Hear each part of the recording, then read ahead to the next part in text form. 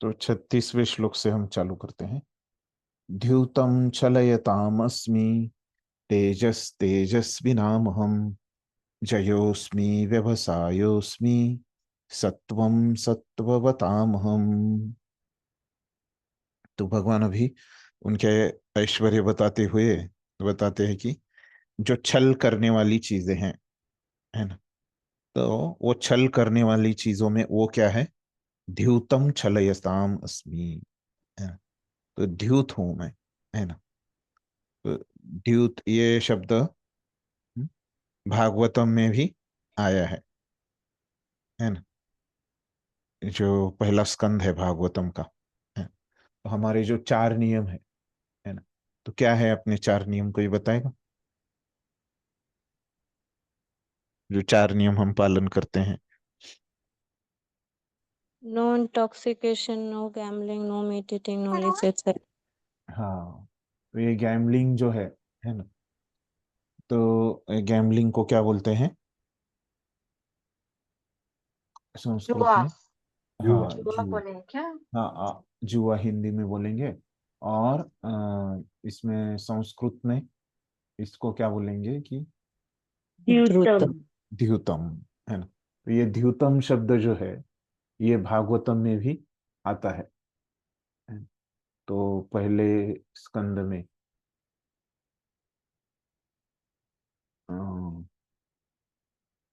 17वें अध्याय में शायद से, हाँ, पहले स्कंद के एक मिनट में वो श्लोक मिलता है कि देखता हूँ।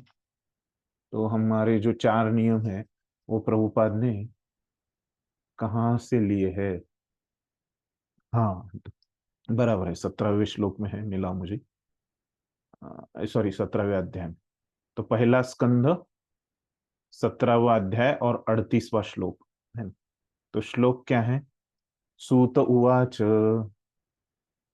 अभ्यर्थितस्तदा तस्मै स्थानानि कलये ददौ द्यूतं पानं स्त्रियः सूना यत्राधर्मश्चतुर्विधः, है ना। तो ये चार प्रकार के अधर्म है ना, कहाँ जहाँ पे कली वास करता है ना।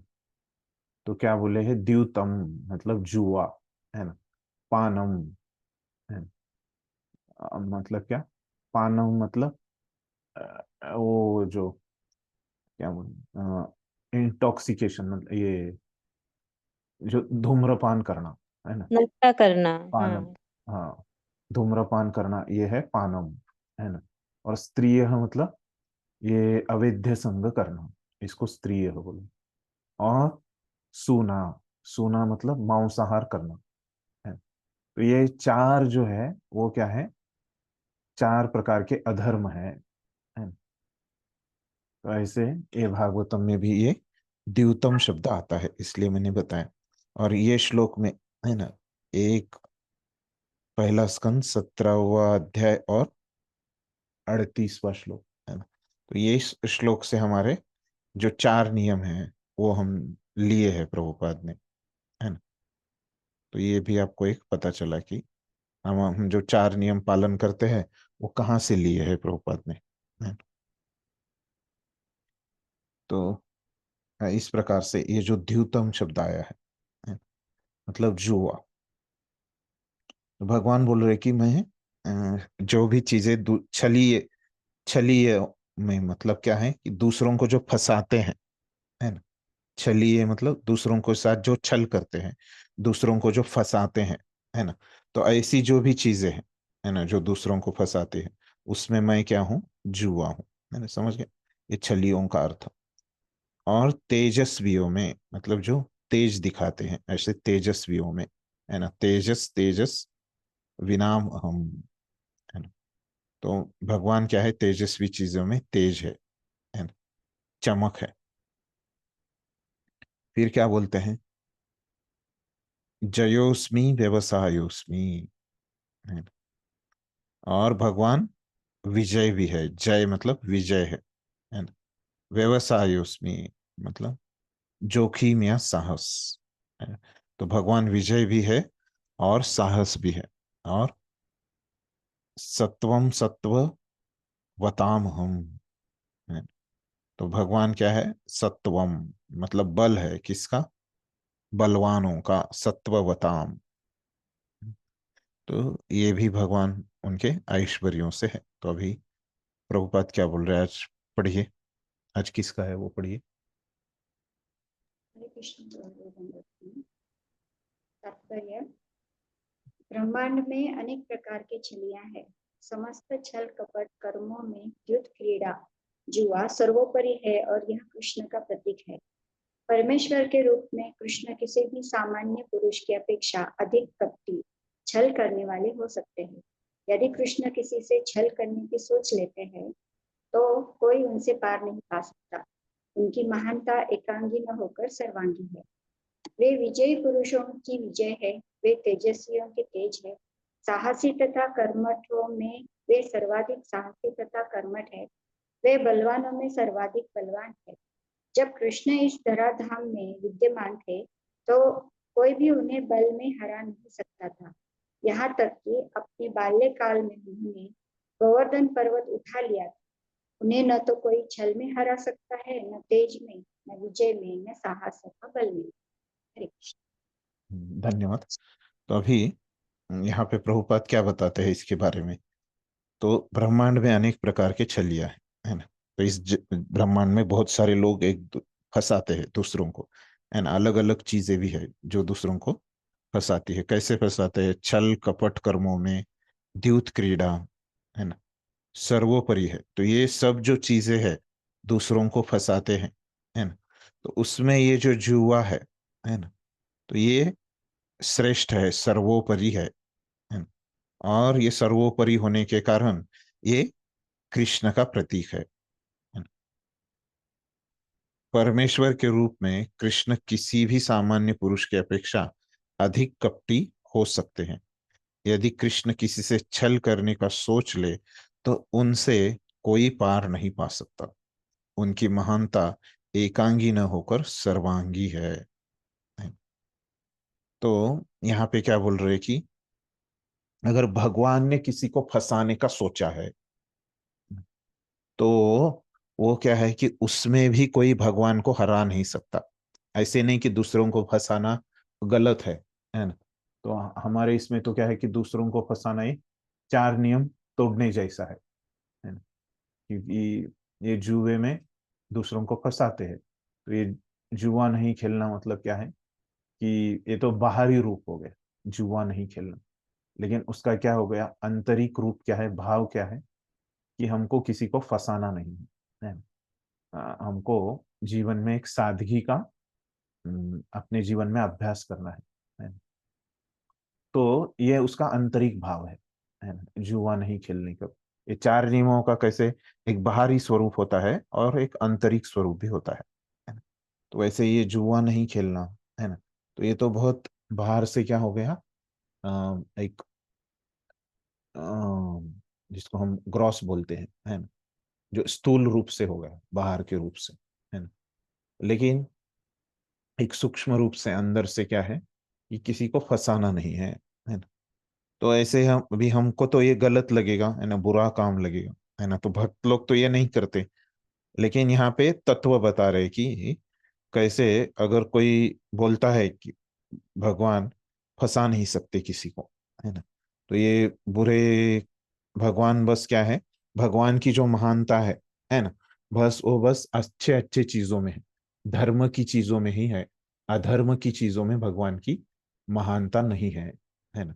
ऐसी किसी को लग सकता है ना, मतलब भगवान में कुछ कमी है, ऐसी किसी को लगता है। लेकिन वैसे नहीं है। इसलिए प्रभुपाद अंत में क्या लिखते हैं, तो भगवान की जो महानता है वो एकांगी नहीं है ना।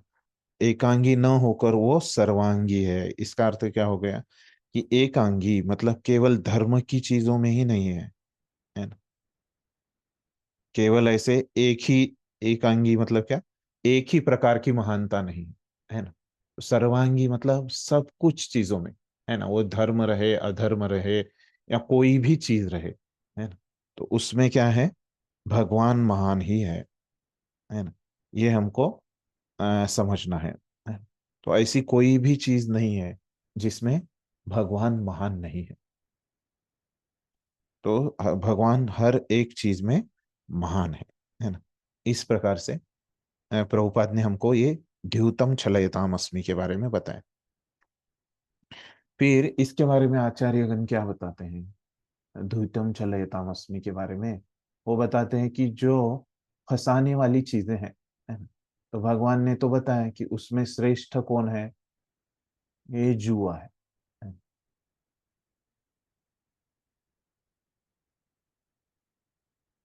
तो ये जुआ क्यों ही फंसाता है ना? जो भी फंसाने आ, वाली चीजें हैं, है ना, ये जुआ कैसे सर्वश्रेष्ठ है सभी चीजों में, है ना? ऐसे हमको प्रश्न आ सकता है, ये जुआ कैसे श्रेष्ठ है ना? तो उसके लिए वो बताते हैं, कारण देते हैं कि देखिए जुए में क्या होता है, ये बहुत सारे लोग जुआ खेलते हैं एक साथ, बराबर। लेकिन उसमें क्या होता है कि कोई फंसना नहीं चाहता जुए में, है। तो लेकिन क्या होता है कि बहुत सारे लोग इसमें भाग लेते हैं, लेकिन एक ही व्यक्ति जीतता है ना? तो बहुत सारे व्यक्ति इसमें हार ही जाते हैं जुए में, है ना?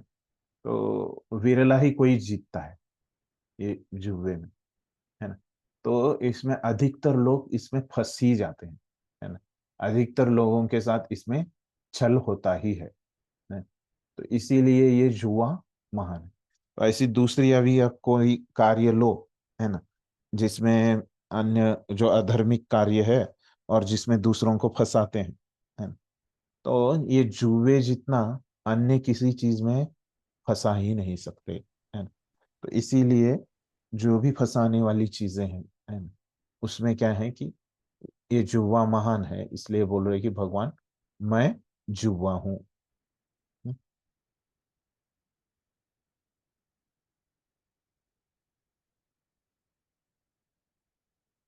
तो अभी लोग इसके बारे में प्रश्न पूछते हैं, है ना, कि जैसे मैंने बताया कि ये जुआ नहीं खेलना, है ना, ये क्या है, ये 4 नियम, है ना, धर्म की चीज है। तो लोग बोलते हैं कि युधिष्ठिर महाराज ने जुआ खेला था, है? तो वो तो पांडव थे, है ना, और भगवान के भक्त थे, फिर उन्होंने क्यों खेला जुआ? इस प्रकार से प्रश्न पूछते हैं। तो ये क्या है कि हमको एक तो क्षत्रिय थे और क्षत्रियों के लिए उनको सम्मत रहता है ना, ये जुआ खेलना। और क्या है दूसरी चीज, हमको सीखना चाहिए कि युधिष्ठिर महाराज जैसा, है ना, एक साधक के स्तर पे, है ना, हमारे लिए ये युधिष्ठिर महाराज जैसा एक आदर्श, है ना, सद्गुणी भक्त, है ना, भक्त, ऐसा राजा, है ना, इतना शक्तिशाली राजा होते हुए भी जुआ खेलने से क्या हो गया युधिष्ठिर महाराज के साथ? सब कुछ हार गए। हाँ, उनका बहुत नुकसान हो गया, है ना, भौतिक रूप से भी। तो ये सीख हमको लेनी है कि नहीं, कि ऐसे सोचना है कि युधिष्ठिर महाराज ने खेला इसलिए हम खेल सकते हैं, ऐसे नहीं, है ना। तो ये भी हम सीख सकते हैं, बहुत सारे लोगों को वो प्रश्न रहता है। ठीक। हरे कृष्णा प्रभु जी। हाँ, प्रभु जी, तो जुए को सर्वश्रेष्ठ कैसे कह सकते हैं हम लोग ना? नहीं, बुरी चीजों में, मतलब बुरी बुरी चीजों चीजों में, में सबसे सबसे बुरी मतलब बुरी, ऐसा। बुरी में सर्वश्रेष्ठ, जो अधर्म की चीज, बुरी चीज मतलब उसको तो ये 4 चीज जिसको अधर्म बोला है ना, तो ये भी एक अधर्म है ना। हमने देखा भागवतम में से कि 4 अधर्म है, उसमें से एक जुआ खेलना भी अधर्म है। लेकिन ये अधर्म में भी क्या है कि स्तर रहते हैं ना, हर एक चीज में अ, यस। स्तर रहते हैं, तो इसका स्तर बहुत बड़ा है ना? अधर्म के जो 4 कार्य है उसमें से इसका स्तर बहुत बड़ा है। ठीक। वही ना, सर्वश्रेष्ठ की जगह कोई और वर्ड होना चाहिए ना। हाँ मतलब सर अभी है नहीं ना वैसे कुछ वर्ड यस। सर्वश्रेष्ठ, तो उसमें सबसे बड़ा ऐसे ही बोल सकते। निकृष्ट कह सकते हैं प्रभु जी। हाँ, वो सर्वोपर, हाँ सर्वो का निकृष्ट ऐसे, निकृष्ट कह सकते हैं, निकृष्ट में सर्वश्रेष्ठ। सर्वश्रेष्ठ ऐसे कैसे, उसमें उसमें सबसे आगे, निकृष्ट में सबसे आगे। ठीक है, फिर अगली चीज जो भगवान ने बोली है, तेजस तेजस विनामहम, है ना। तो उसके बारे में बस प्रभुपाद ने क्या बोला है कि वो तेजस्वियों के तेज है, इतना ही बोला। ठीक है, आचार्य भी उसके बारे में और कुछ बोलते हैं क्या? ठीक है,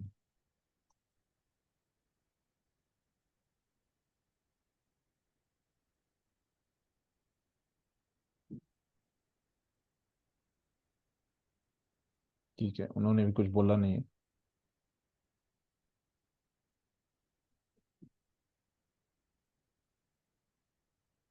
ठीक, तो फिर प्रभुपाद अभी क्या बोल रहे हैं कि जयोस्मि व्यवसायस्मि, है ना? वे विजयी, विजयी जो लोग रहते हैं, है ना, तो भगवान क्या है, उनकी विजय है, तेजस्वियों का तेज है, साहसी तथा कर्मठों में सर्वाधिक साहसी और कर्मठ है। तो ये जो धार्मिक लोग हैं उनकी जो शक्तियां हैं, है ना, तो वो क्या है, भगवान है ना, भगवान का ही रूप है, भगवान का ऐश्वर्य है, हमने देखा। ये सब चीजें भगवान है मतलब क्या है, हमने पहले भी बहुत बार चर्चा किया है कि ये सब चीजें भगवान के ऐश्वर्य के प्रतीक है, रूप है। और बलवान लोगों का बल भी भगवान है। और प्रभुपाद बोलते हैं इसका उदाहरण देने के लिए, तो भगवान जब यहाँ पे लीला करने के लिए आते हैं तो वह अपना बल दिखाते हैं कैसे, गोवर्धन उठा के। उन्हें न तो कोई छल में हरा सकता है, न तेज में, न विजय में, न साहस तथा बल में, है ना। तो भगवान को ये सब चीजों में कोई हरा नहीं सकता, है ना। क्योंकि क्या है, ये सब चीजें क्या है, संपूर्ण रूप में हम देखते हैं जो भगवान के 6 ऐश्वर्य है, तो वो क्या है कि ये पूरी मात्रा में भगवान में उपस्थित होते हैं, ये ऐश्वर्य, है ना। इस दुनिया के व्यक्तियों में क्या होता है, वो कम अधिक मात्रा में उपस्थित रहते हैं ये ऐश्वर्य, लेकिन ये पूरी मात्रा में किस में उपस्थित रहते हैं, ऐश्वर्य से समग्रस्य, समग्रस्य मतलब क्या बोला है वहां पे, कि पूरी मात्रा में, है। तो उसी प्रकार से ये सब चीजें जो साहस, तेज, विजय, है ना, बल, ये सब चीजें भगवान में अ, उपस्थित रहती है। इस प्रकार से ये श्लोक में भगवान ने उनके ऐश्वर्य बताए। तो ये ऐश्वर्य बताना जारी रखते हैं भगवान। तो अगले श्लोक में क्या ऐश्वर्य बता रहे हैं, वृष्णीनाम वासुदेवोस्मि, पांडवानाम धनंजय, मुनीनाम अपि अहम व्यासः, कवीनाम उशना कविः। क्या बोल रहे कि वृष्णि नाम, है ना, तो वृष्णि कुल में, है ना, जो भगवान कृष्ण का जो कुल है, तो उस कुल में मैं कौन हूँ, वासुदेव कृष्ण हूँ, है ना, वासुदेव कृष्ण हूँ, है ना, वसुदेव का पुत्र वासुदेव हूँ। पांडवों में कौन हूं मैं, धनंजय हूँ, अर्जुन हूँ। मुनि नाम अपि हम व्यास, है ना, तो सभी जो मुनि हैं इस दुनिया के, है ना, तो वो उनमें कौन है, वो व्यास देव है। और कवि नाम उशना कवि, है ना, तो इस दुनिया के जो भी कवि है ना, तो जो कविताएं लिखते हैं उसमें कौन है वो, उशना। उशना मतलब किसका नाम है ये, शुक्राचार्य का, उशना कवि। तो शुक्राचार्य नाम का जो कवि है वो मैं हूँ। तो 4 चीजें यहाँ पे बताई भगवान ने। एक तो वृष्णियों में वो वासुदेव है, पांडवों में अर्जुन है ना? समस्त मुनियों में व्यास है, और महान विचारकों में वो उशना कवि है। ठीक है,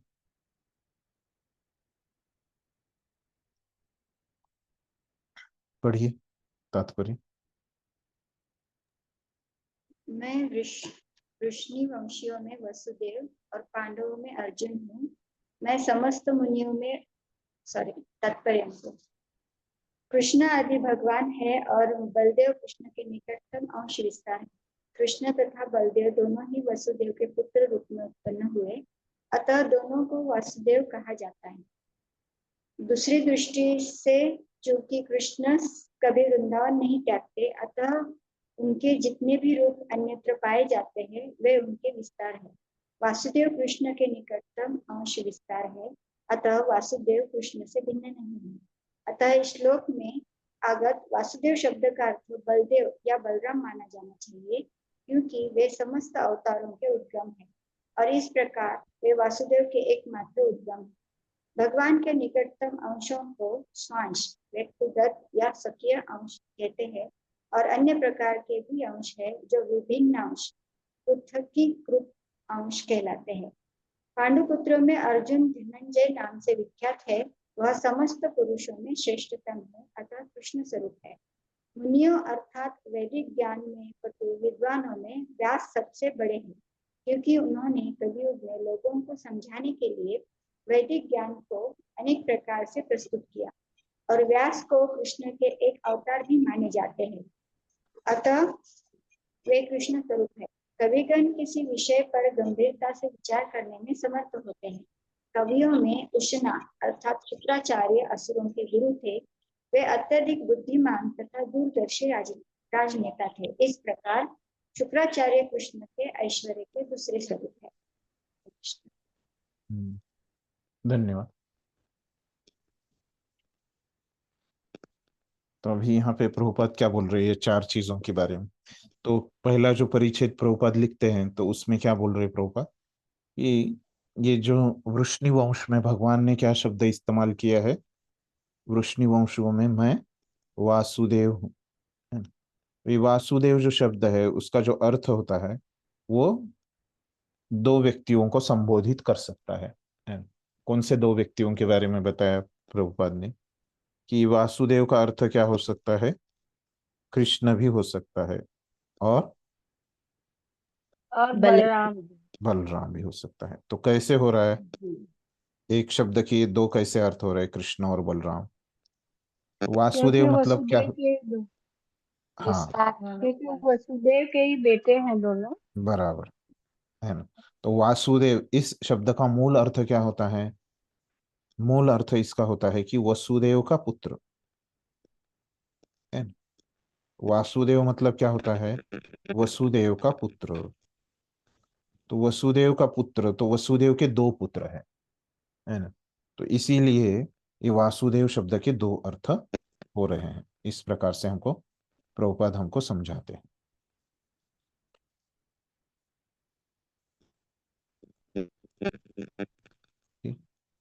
और यहाँ पे बताया कि ये दोनों भी कैसे हैं, इनसे सभी अवतार आते हैं है ना। हमको पता है कि सबसे मूल क्या है, कृष्ण, फिर कृष्ण से बलराम आते हैं है ना, और फिर बलराम से अन्य चीजें आती है ना। सभी प्रकार की जो विस्तार है वो बलराम से आते हैं। तो इसीलिए ये शक्ति में भी क्या है कि कृष्ण और बलराम लगभग समान ही है ना। तो एक बार तो प्रभुपाद ने क्या बताया था कि कृष्ण और बलराम में अंतर क्या है, बताते हैं प्रभुपाद। सिर्फ उनके रंग का फर्क। हाँ, तो उनके शक्ति में कोई अंतर नहीं है ना, ऐसे भी प्रभुपाद ने बताया है ना, कि केवल उनके रंग में अंतर है ना। तो प्रभुपाद भी यहाँ पे बता रहे कि उनकी शक्तियों में कोई अंतर नहीं है ना। तो इसीलिए ये वासुदेव है ना। तो ये कृष्ण को भी इसको कह सकते हैं, इसका अर्थ कृष्ण भी हो सकता है और बलराम भी हो सकता है, क्योंकि शक्तियों में भी ज्यादा अंतर नहीं है।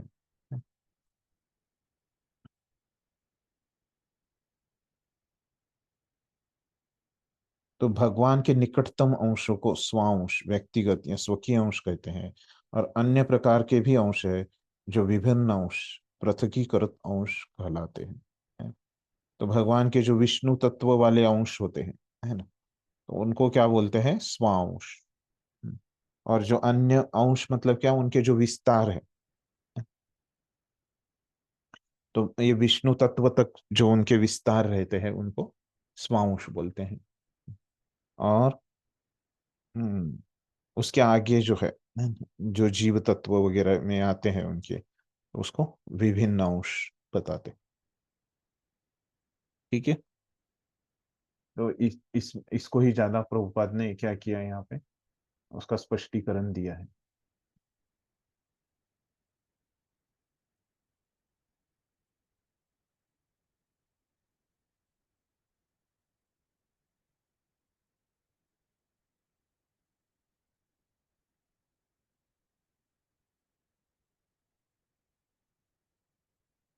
ठीक है। हम्म,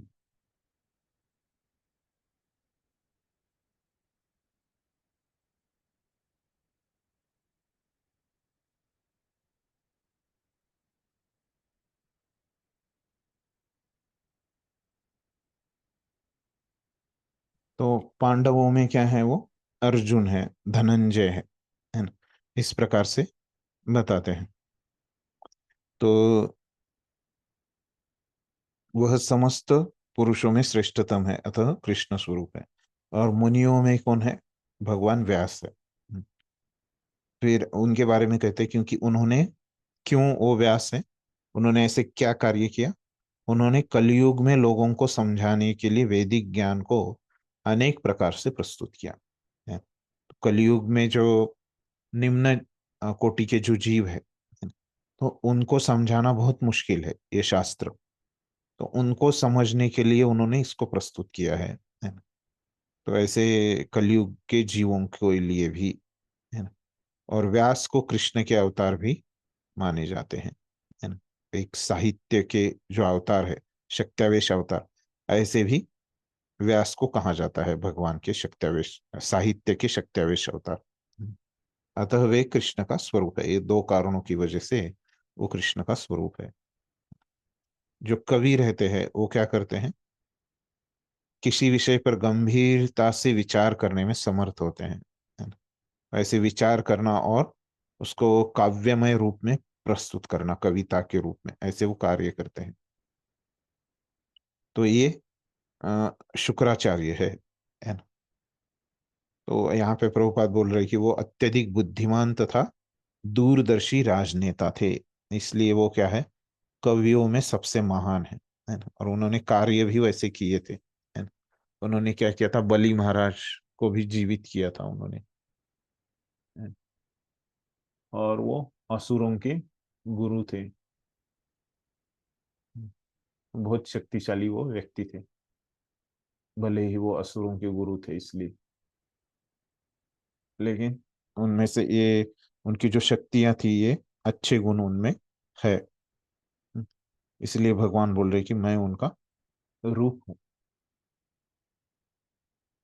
सॉरी, मतलब वो भगवान के रूप है ना, इस प्रकार से बताया है। तो वो भगवान का ऐश्वर्य है उनके रूप में। ठीक है।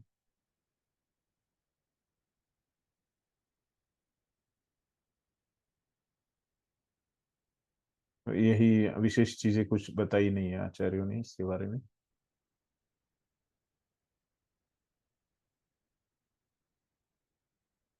ठीक, अगला श्लोक देखते हैं। तो अगले श्लोक में जो ऐश्वर्य बता रहे भगवान, दंडो दमयताम अस्मि, नीतिरस्मि जिगीषिताम, सॉरी जिगीषताम, मौनम चैवास्मि गुह्यानाम, ज्ञानम ज्ञानवतामहम। तो भगवान क्या बोल रहे कि दंडो दमयताम अस्मि, है ना। जो दूसरों को दमन करना, है ना, दूसरों को दमन करने के जो साधन है, उसमें क्या है, भगवान दंड है ना। नीति रश्मि जिगीषताम, है ना। जिगीषिताम मतलब जो जिनको विजय की इच्छा है, आकांक्षा है ना। ऐसे लोगों में भगवान क्या है, नीति है, सदाचार है ना। मौनम चैवास्मि गुह्यानाम, तो मौनम मतलब चुप बैठना, चुप रहना। म- सभी गुह्य चीजों में भगवान क्या है, मौन है। ज्ञानम ज्ञानवताम हम, तो सभी जो ज्ञान है, ज्ञानियों में भगवान क्या है? ज्ञान है। तो क्या बोल रहे भाषांतर में? अराजकता को दमन करने वाले समस्त साधनों में, है ना? तो अराजकता को, है ना? तो अराजकता को हम कैसे समझेंगे कि इसके लिए शब्द है, एक मिनट, हिंदी का शब्द है तो हम्म,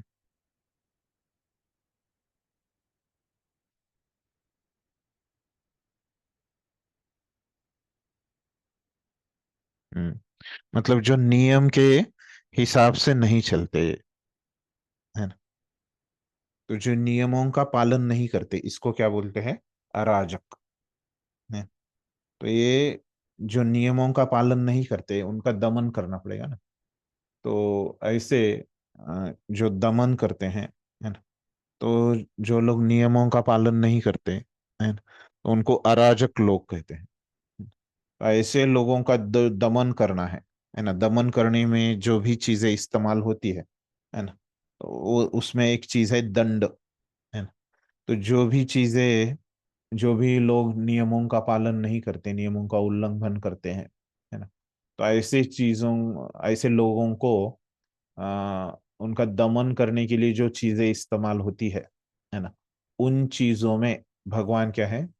श्रेष्ठ चीज है ना? वो क्या है? दंड, है ना? देना, है ना?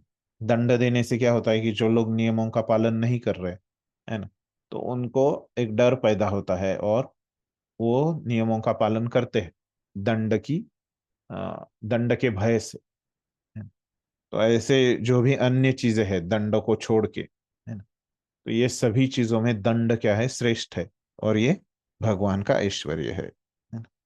समझ गए कि जो विजय के आकांक्षी है उनकी मैं नीति हूं। तो जो लोग को विजय चाहते हैं वो नीति सदाचार,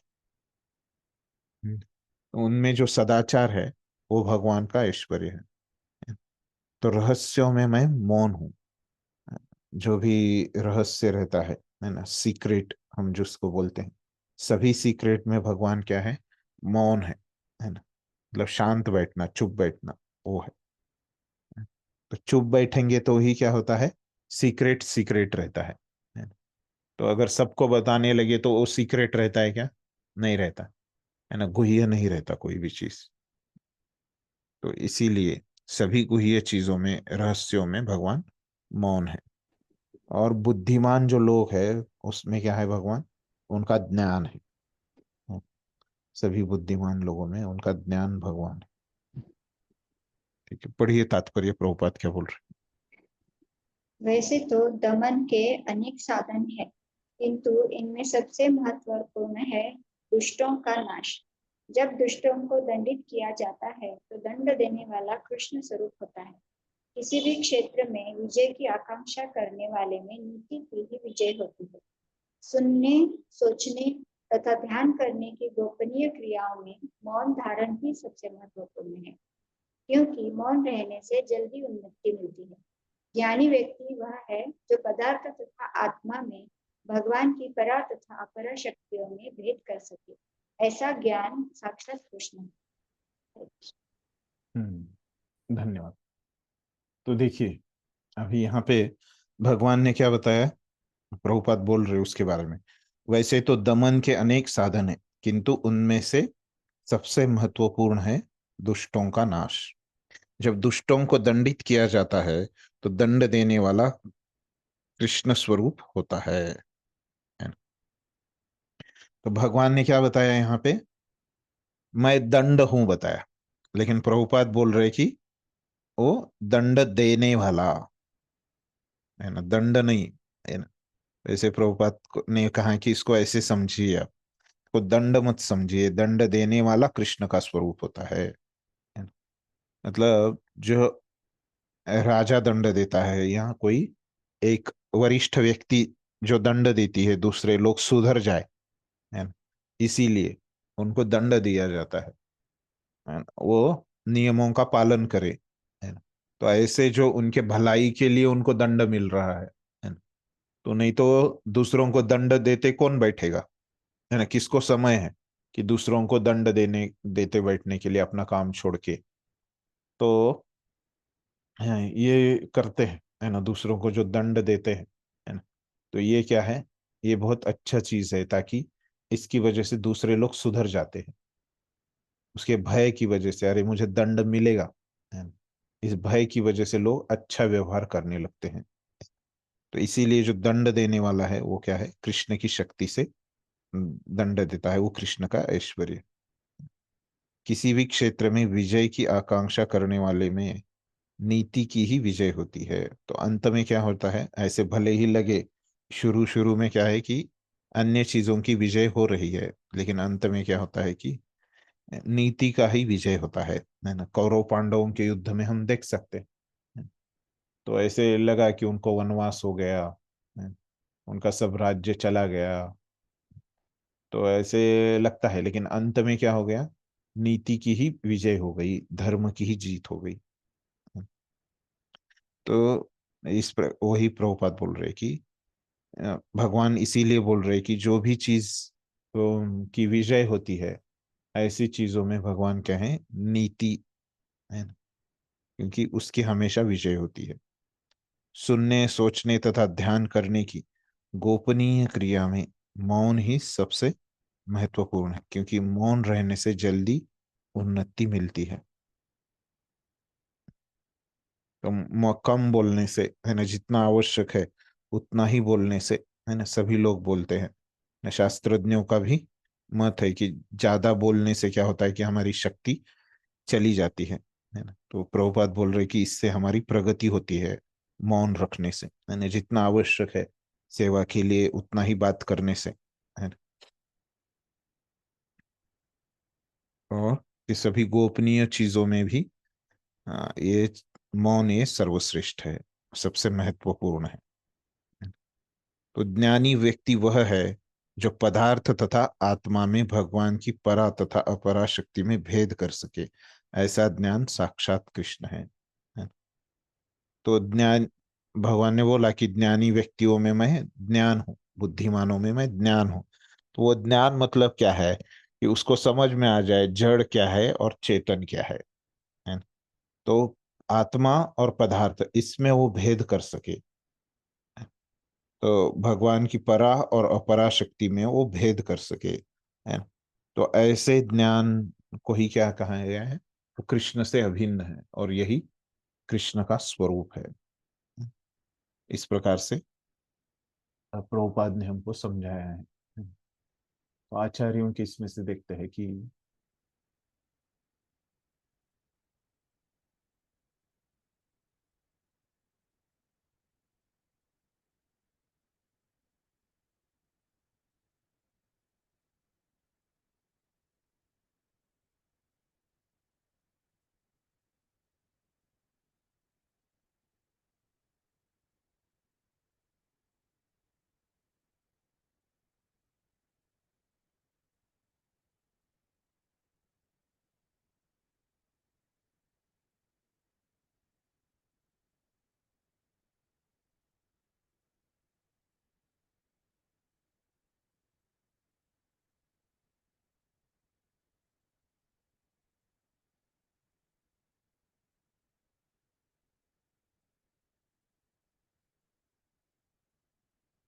ठीक।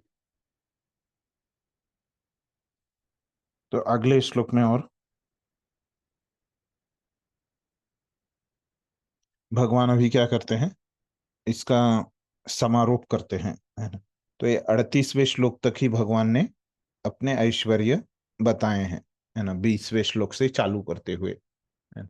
तो अभी इसका समारोप करते 39वें श्लोक में भगवान इसका समारोप करते हुए बताते हैं, क्या बोलते हैं, यच्चापि सर्वभूतानां बीजं तदहम अर्जुन, न तदस्ति विना यत्स्यान् मया भूतं चराचरम। तो यही नहीं है अर्जुन, मैं समस्त सृष्टि का जनक बीज हूं, है ना। तो इसमें भी ऐश्वर्य बता रहे भगवान। यहाँ बोल रहे भगवान इतने ही ऐश्वर्य नहीं है ना। और भी है कि सृष्टि का जो जनक है ना, जो पिता है, वो मैं हूँ। ऐसा चर तथा अचर कोई भी प्राणी नहीं है जो मेरे बिना रह सके। तो ये सब लोगों को, है ना, सभी प्राणियों को क्या होता है, कृष्ण के ऊपर निर्भर रहना ही पड़ता है। ऐसा कोई नहीं है ना, कि वो भगवान के बिना रह सकता है। तो दो ऐश्वर्य यहाँ पे भगवान ने बताया इस श्लोक में। तो एक तो क्या है, वो सभी चीजों के जनक है। अब सभी चीजें उनसे ही आ रही है। जैसे जनक मतलब पिताजी से ही पुत्र आता है, तो वैसे भगवान से ही सभी चीजें आती है। और सभी जो जीवात्मा है, चर और अचर, है ना, ये जो प्राणी है ना, ये सभी को क्या होता है, भगवान के ऊपर निर्भर रहना ही पड़ता है। ये भगवान का ऐश्वर्य है। तो उनके बिना आ, कोई नहीं रह सकता। पढ़िए तात्पर्य। प्रत्येक वस्तु का कारण होता है और इस सृष्टि का कारण या बीज कृष्ण है। कृष्ण की शक्ति के बिना कुछ भी नहीं रह सकता, अतः उन्हें सर्वशक्तिमान कहा जाता है। उनकी शक्ति के बिना चर तथा अचर किसी भी जीव का अस्तित्व नहीं रह सकता। जो कुछ कृष्ण की शक्ति पर आधारित नहीं है वह माया है, अर्थात वह जुट नहीं है। तो यहाँ पे प्रभुपाद हमको बता रहे कि हर एक वस्तु का कारण होता है ना। मतलब जो भी वस्तु है वो कैसे वहां पे अस्तित्व में आई, है ना, तो उसका कारण होता है। ऐसे नहीं कि कोई वस्तु बिना कारण के अस्तित्व में आती है ना, ऐसे नहीं हो सकता है। हर एक चीज का कुछ ना कुछ कारण होता ही है। और इस सृष्टि का कारण या बीज कृष्ण है ना। तो ये सृष्टि किसके वजह से है, इसका मूल कारण क्या है ना। तो वैसे बहुत सारे कारण रहेंगे, लेकिन इसके मूल में जाएंगे, है ना। सर्व कारण कारणम, है ना, सभी कारणों के कारण क्या रहेंगे, वो कृष्ण है। तो कृष्ण के शक्ति के बिना कुछ भी नहीं रह सकता, अतः उन्हें सर्वशक्तिमान कहा जाता है। तो कृष्ण की इतनी शक्तियां हैं, है ना, कि उनके बिना कोई शक्ति रह ही नहीं सकती अस्तित्व में। तो उनके शक्ति के बिना ये चर और अचर जो जीव है, उनका अस्तित्व नहीं रह सकता, है ना। जो कुछ कृष्ण की शक्ति पर आधारित नहीं है वह माया है, अर्थात वह जो नहीं है। तो जो भी भगवान की शक्ति पे निर्भर नहीं है वो क्या है, अस्तित्व में ही नहीं है ना। मतलब जो नहीं है ऐसी चीज वो है ना, वो माया है। मतलब क्या है कि सभी चीजें कृष्ण के ऊपर ही आधारित है, उनके ऊपर ही निर्भर है ना। ऐसी कोई चीज नहीं कि जो उनके ऊपर आधारित नहीं है। ठीक है, इस प्रकार से प्रभुपाद अभी समझाते हैं उसके बारे में। तो यहाँ तक भगवान ने उनके ऐश्वर्यों के बारे में बताया है 39वें श्लोक तक।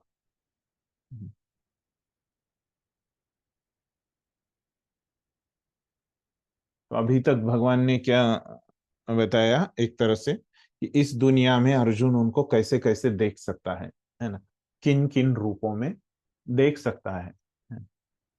और हमको क्या पता चला कि कृष्ण के बिना इस दुनिया में कुछ भी नहीं है।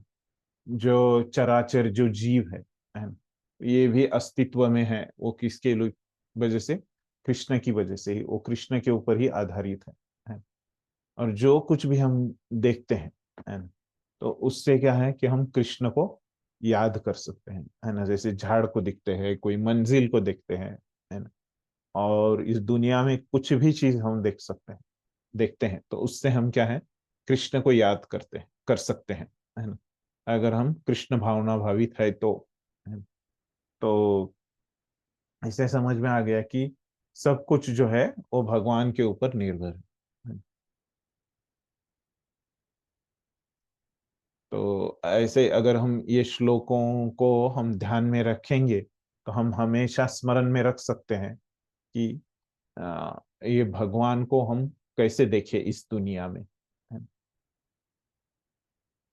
तो ये बात हम देख सकते हैं। तो फिर अगले श्लोक में भगवान बताते हैं कि उनके ये जो ऐश्वर्य है इसका कोई अंत नहीं है, ऐसे बताते हैं। क्या बोलते हैं? न अंतो अस्ति दिव्याना, सॉरी, न अंतो अस्ति मम दिव्यानां विभूतीनां परन्तप, एष तु देशतः प्रोक्तो विभूतेर्विस्तरो मया। तो क्या बोल रहे हैं कि हे परंतप, हे अर्जुन, है ना, मेरी दिव्य विभूतियों का अंत नहीं है। न अंतः अस्ति मम दिव्यानां, है, मेरी दिव्य विभूति का कोई अंत नहीं है।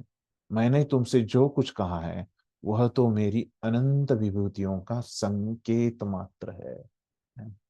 तो यहाँ से 20वें श्लोक से ये 39वें श्लोक तक जो कहा है ना भगवान ने, तो उनकी जो विभूतियां हैं, जो ऐश्वर्य कहे हैं, ऐसे नहीं कि इतने ही ऐश्वर्य है भगवान के, है। ये तो एक क्या है, उदाहरण के रूप में है ना, एक ट्रेलर के, एक झांकी के रूप में है। भगवान के ऐश्वर्य तो कितने हैं, अनंत है ना, तो वो बताना मुश्किल है उनके ऐश्वर्य, लेकिन एक उदाहरण के रूप में दिखाने के लिए जो आवश्यक है वो भगवान ने यहाँ पे बताए हैं। ठीक है, पढ़िए तात्पर्य। जैसा कि वैदिक साहित्य में कहा गया है, यद्यपि परमेश्वर की शक्तियाँ तथा विभूतियाँ अनेक प्रकार से जानी जाती है, किंतु इन विभूतियों का कोई अंत नहीं है। अतएव समस्त विभूतियों तथा शक्तियों का वर्णन कर पाना संभव नहीं है। अर्जुन की जिज्ञासा को शांत करने के लिए केवल थोड़े से उदाहरण प्रस्तुत किए गए हैं। हाँ, अर्जुन ने जो प्रश्न पूछा था, है ना, तो उसके लिए भगवान ने, अभी उसने पूछा है इसलिए थोड़े से उदाहरण दिए हैं, है ना, सब कुछ बताना संभव नहीं है ना। तो ये हमने पहले भी देखा था, शुरू में भी, है ना, अंत में भी भगवान ने यहाँ पे बताया है। तो आचार्यों ने कुछ कहा है क्या इसके बारे में कि हम्म,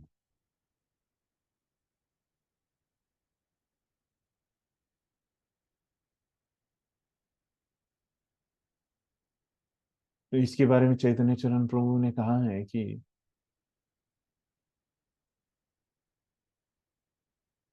तो जय कृष्ण ने जैसे 19वें श्लोक में बताया था कि मैं कुछ कुछ ही बताऊंगा, विस्तार से मैं नहीं बता पाऊंगा, ऐसे ही कृष्ण ने अंत में भी यहाँ पे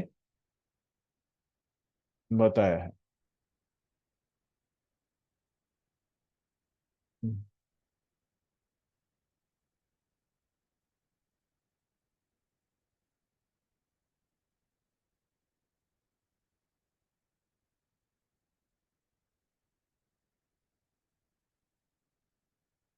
तो ये यहाँ पे कुछ उन्होंने क्या बताया है कि प्रभुपाद कैसे, अभी हमने देखा था थोड़ी देर पहले कि इस दुनिया में हम हमेशा कृष्ण को देख सकते हैं, है ना, जो भी ऐश्वर्य यहाँ पे हमको दिखते हैं, है ना, उससे हम क्या है कि कृष्ण के रूप को इस दुनिया में देखते हैं, है ना। तो प्रभुपाद कैसे देखते थे हर एक चीज में कृष्ण को, है ना।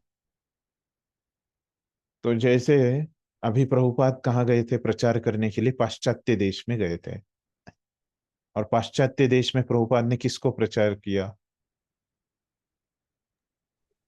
हिप्पियों को। हाँ हिप्पियों को प्रभु जी, मतलब हाँ जो एकदम हिप्पीज को। हाँ, तो क्या करते थे ये हिप्पी लोग? 4 नियम का पालन नहीं करते थे। और खास बराबर है, 4 नियमों का पालन नहीं करते थे। और वो क्या करते थे जब वो नशा करते थे, है ना, तो वो जो इसको क्या बोलते हैं अभी, ड्रग्स, है ना, तो ड्रग्स जिसको हम बोलते हैं, है ना, उसको जो ये बोलते हैं उसको।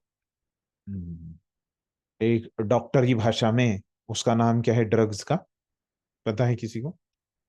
LSD बोलते हैं उसको, है ना।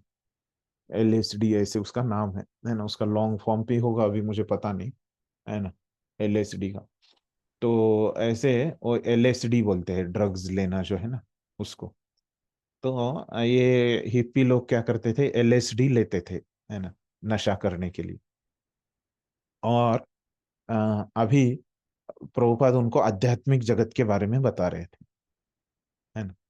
तो अभी ये लोगों को आध्यात्मिक जगत के आनंद के बारे में कुछ समझेगा नहीं, है ना। तो प्रभुपाद ने क्या बताया उनको, ये आध्यात्मिक जगत में जो आनंद है ना, उसके बारे में प्रभुपाद बता रहे थे। तो हम्म, तो प्रभुपाद ने क्या बताया कि ये जो आध्यात्मिक जगत का जो आनंद है ना, तो ये क्या है, आ, ब्रह्मानंद से। जैसे आप लोग अभी भक्ति रसामृत सिंधु पढ़ेंगे तो वहां पे आपको दिखेगा कि आध्यात्मिक जगत का जो आनंद है, भक्ति का जो आनंद है, जिसको भक्ति आनंद बोलते हैं, ये क्या है कि 1000 गुना ज्यादा है ना, किससे? ये ब्रह्मानंद से, है ना। तो ये भौतिक सुख से है। तो ये अभी उनको बताना था, है। लेकिन प्रभुपाद ने उनको क्या बताया कि आ, ये जो आध्यात्मिक जगत का आनंद है ना, तो तुम ये जो LSD लेते हो, है ना, उससे 1000 गुना ज्यादा है ना। उससे भी बहुत ज्यादा आनंद इसमें आता है। तो ऐसे करने से क्या हो जाता है कि लोग जिस चीज को जानते हैं, है ना, उस चीज में अगर हम बताते हैं तो क्या होता है, उनको और अच्छे से समझ में आता है ना। तो वही चीज यहाँ पे भगवान कृष्ण ने की है अर्जुन के साथ, है ना। तो अभी अर्जुन को भगवान को क्या करना है, उनके ऐश्वर्यों को समझाना है ना। तो ये बहुत मुश्किल है ना, उनके ऐश्वर्यों के बारे में समझाना। लेकिन अर्जुन जो देख सकता है इस दुनिया में, है ना, उसके द्वारा भगवान ने अपने ऐश्वर्यों से उसको समझाया है ना। जैसे प्रभुपाद ने हिप्पियों को समझाया कि कैसे ये जो आध्यात्मिक जगत का जो आनंद है ना, ये क्या है, ये 1000 गुना ज्यादा है इस LSD से, है ना। तो ऐसे एक भगवान ने एक शिक्षक जैसे समझाते हैं, है ना, अपने छात्र को, है ना। जो छात्र जानता है उस वहां से उसको समझाते हैं। तो उसी प्रकार से भगवान ने यहाँ पे समझाया है कि जो अर्जुन जानता है और उसको दिख रहा है। तो ये भी है कि यहाँ पे बताया है मुद्दा चैतन्य चरण प्रभु ने। फिर वो बताते हैं आगे कि अ, जैसे अभी यहाँ पे कृष्ण ने उनके ऐश्वर्य बताए, है ना, तो वैसे भी प्रभुपाद ने बताया था कि जैसे जो लोग हंसाते हैं, है ना, दूसरों को, है ना, तो उनमें क्या है, एक प्रभुपाद के टाइम में एक मूवी आई थी, है ना, वो उसमें कलाकार थे चार्ली चैपलिन, है ना। तो ये चार्ली चैपलिन जो है वो दूसरों को बहुत हंसाता था, है ना। तो प्रभुपाद ने क्या बोला था उसके बारे में कि ये चार्ली चैपलिन जो है वो क्या है, एक कृष्ण का अंश है ना। मतलब जो भी चीजें दूसरों को हंसाती है ना, उसमें क्या है, श्रेष्ठ चीज उस जमाने में जो थी, है ना, वो क्या थे, चार्ली चैपलिन, है ना। तो वो भी क्या है, कृष्ण के अंश है, उनके ऐश्वर्य है ना। इस तरह से प्रभुपाद ने बोला था। तो यहाँ पे हम क्या समझ सकते हैं कि जो बहुत सारे ऐश्वर्य है भगवान के, है ना, और उनमें से जो भी श्रेष्ठ रहता है वो भगवान का स्वरूप रहता है ना। तो ऐसे बहुत सारे हैं। और ये हमेशा हम अपने आजू बाजू में देख सकते हैं। ठीक। फिर आगे भगवान जारी रखते हैं उनके बारे में बताना, है ना। ये अभी तक तो उनके ऐश्वर्यों के बारे में बताया भगवान ने 40वें श्लोक तक। अभी और उनके बारे में ज्ञान बताते हैं, 2-3 श्लोक जो बचे हैं उसमें, है ना, 2 ही श्लोक बचे हैं, उसके बारे में अभी बताते हैं। कि उनके ऐश्वर्यों के बारे में और थोड़ा सा बताते हैं। तो क्या बोल रहे हैं अभी 41वें श्लोक में, यद यद विभूति मत्सत्वम श्रीमद ऊर्जितम एव वा तत्तद एवावगच्छत्वम मम तेजोंश संभवम। भगवान बोल रहे यत यत है। तो जो भी है ना, तुम जान लो कि सारा ऐश्वर्य, सौंदर्य तथा तेजस्वी सृष्टियां मेरे तेज के एक स्फुल्लिंग मात्र से उद्भूत है। ये सब जो भी तुम देख रहे हो, ये पूरी जो दुनिया है ना, ये भगवान का ऐश्वर्य है, भगवान का सौंदर्य है ना, तेजस्वी सृष्टियां जो है ना, तो कितना निसर्ग सुंदर है ना, तेजस्वी है ना। तो इसको देखने के लिए लोग कितना प्रयास करते हैं, कितना पर्यटन करते हैं, है ना? तो ये निसर्ग का सौंदर्य देखने के लिए, इसका तेज, ये सृष्टि का सौंदर्य देखने के लिए, तो भगवान बोलते हैं कि एक उनके आ, चिंगारी से आता है, स्फुल्लिंग से, उनके एक अंश, छोटे से अंश से आता है ना, ये सब जो ऐश्वर्य है। तो भगवान का ऐश्वर्य कितना विशाल होगा, हम ये समझ सकते हैं, भगवान ने जो श्लोक बोला है यहाँ पे। तो उनके स्फुल्लिंग से इतना आता है, तो उनके पास तो कितना होगा। ठीक है, पढ़िए तात्पर्य। किसी भी तेजस्वी या सुंदर सृष्टि को, चाहे वह आध्यात्म जगत में हो या इस जगत में, कृष्ण की विभूति का अंश रूप ही मानना चाहिए।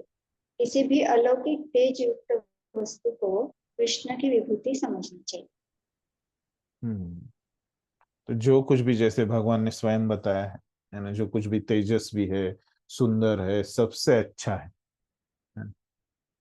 तो वो भले ही आध्यात्मिक जगत में हो या भौतिक जगत में, है ना, कहीं पे भी वो हो, है ना, वो क्या है कि भगवान का विभूति का अंश है ही, भगवान के ऐश्वर्य का अंश है ही। ऐसे नहीं कि भौतिक जगत में है इसलिए नहीं है ना, केवल आध्यात्मिक का है ऐसे नहीं, है ना, लेकिन दोनों जगत में जो है, तो इसको क्या समझना चाहिए, भगवान की विभूति ही समझना चाहिए, उनके एक अंश से उत्पन्न हुआ है, ऐसे ही समझना चाहिए। इस प्रकार से बताते हैं।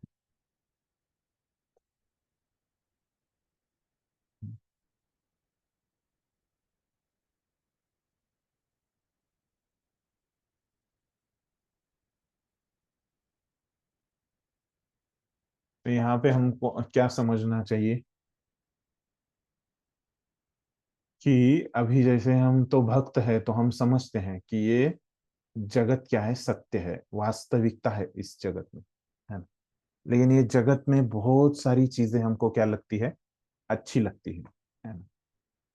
जैसे हमको जो स्वीट प्रसाद है ना, इसमें किसी को रसगुल्ला अच्छा लगता है ना, किसी को गुलाब जामुन अच्छा लगता है। तो हर जो ये चीजें हमको अच्छी लगती है इस दुनिया में, है। लेकिन ये क्या है, सब चीजें क्या है, अच्छी है, हमको आकर्षित करती है ना। लेकिन ये क्या है, एक स्पुल्लिंग है ना। तो स्पुल्लिंग मतलब क्या होता है, जैसे अग्नि का स्पुल्लिंग आपने देखा होगा, है। तो ये स्पुल्लिंग क्या होता है, स्पुल्लिंग कितने समय के लिए रहता है, अग्नि के जैसा शाश्वत रहता है क्या? नो प्रभु जी, हाँ, तो पल भर के लिए। यहाँ पे हम समझ सकते हैं, चैतन्य चरण प्रभु बता रहे हैं कि ये स्पुल्लिंग जैसे थोड़े समय के लिए रहता है, तो वैसे ही हम ये दुनिया की जो चीजों से भी जो भी आकर्षित होते हैं, है ना। तो ठीक, आकर्षित तो हम होंगे ही, लेकिन वो चीजें आकर्षित है इसलिए। लेकिन हमको क्या समझना चाहिए इस श्लोक से, कि इस दुनिया की सब जो चीजें हैं, जैसे स्पुल्लिंग चला जाता है ना, वो ज्यादा समय के लिए नहीं रहता, वैसे ही इस दुनिया की चीजें जो है वो चली जाती है थोड़े समय के बाद, है ना। लेकिन अग्नि हमेशा के लिए रहता है ना? उसी प्रकार से क्या है, ये भगवान जो है ना, जिनसे ये, जिनके स्पुल्लिंग से ये सब आ रहा है, वो हमेशा के लिए है।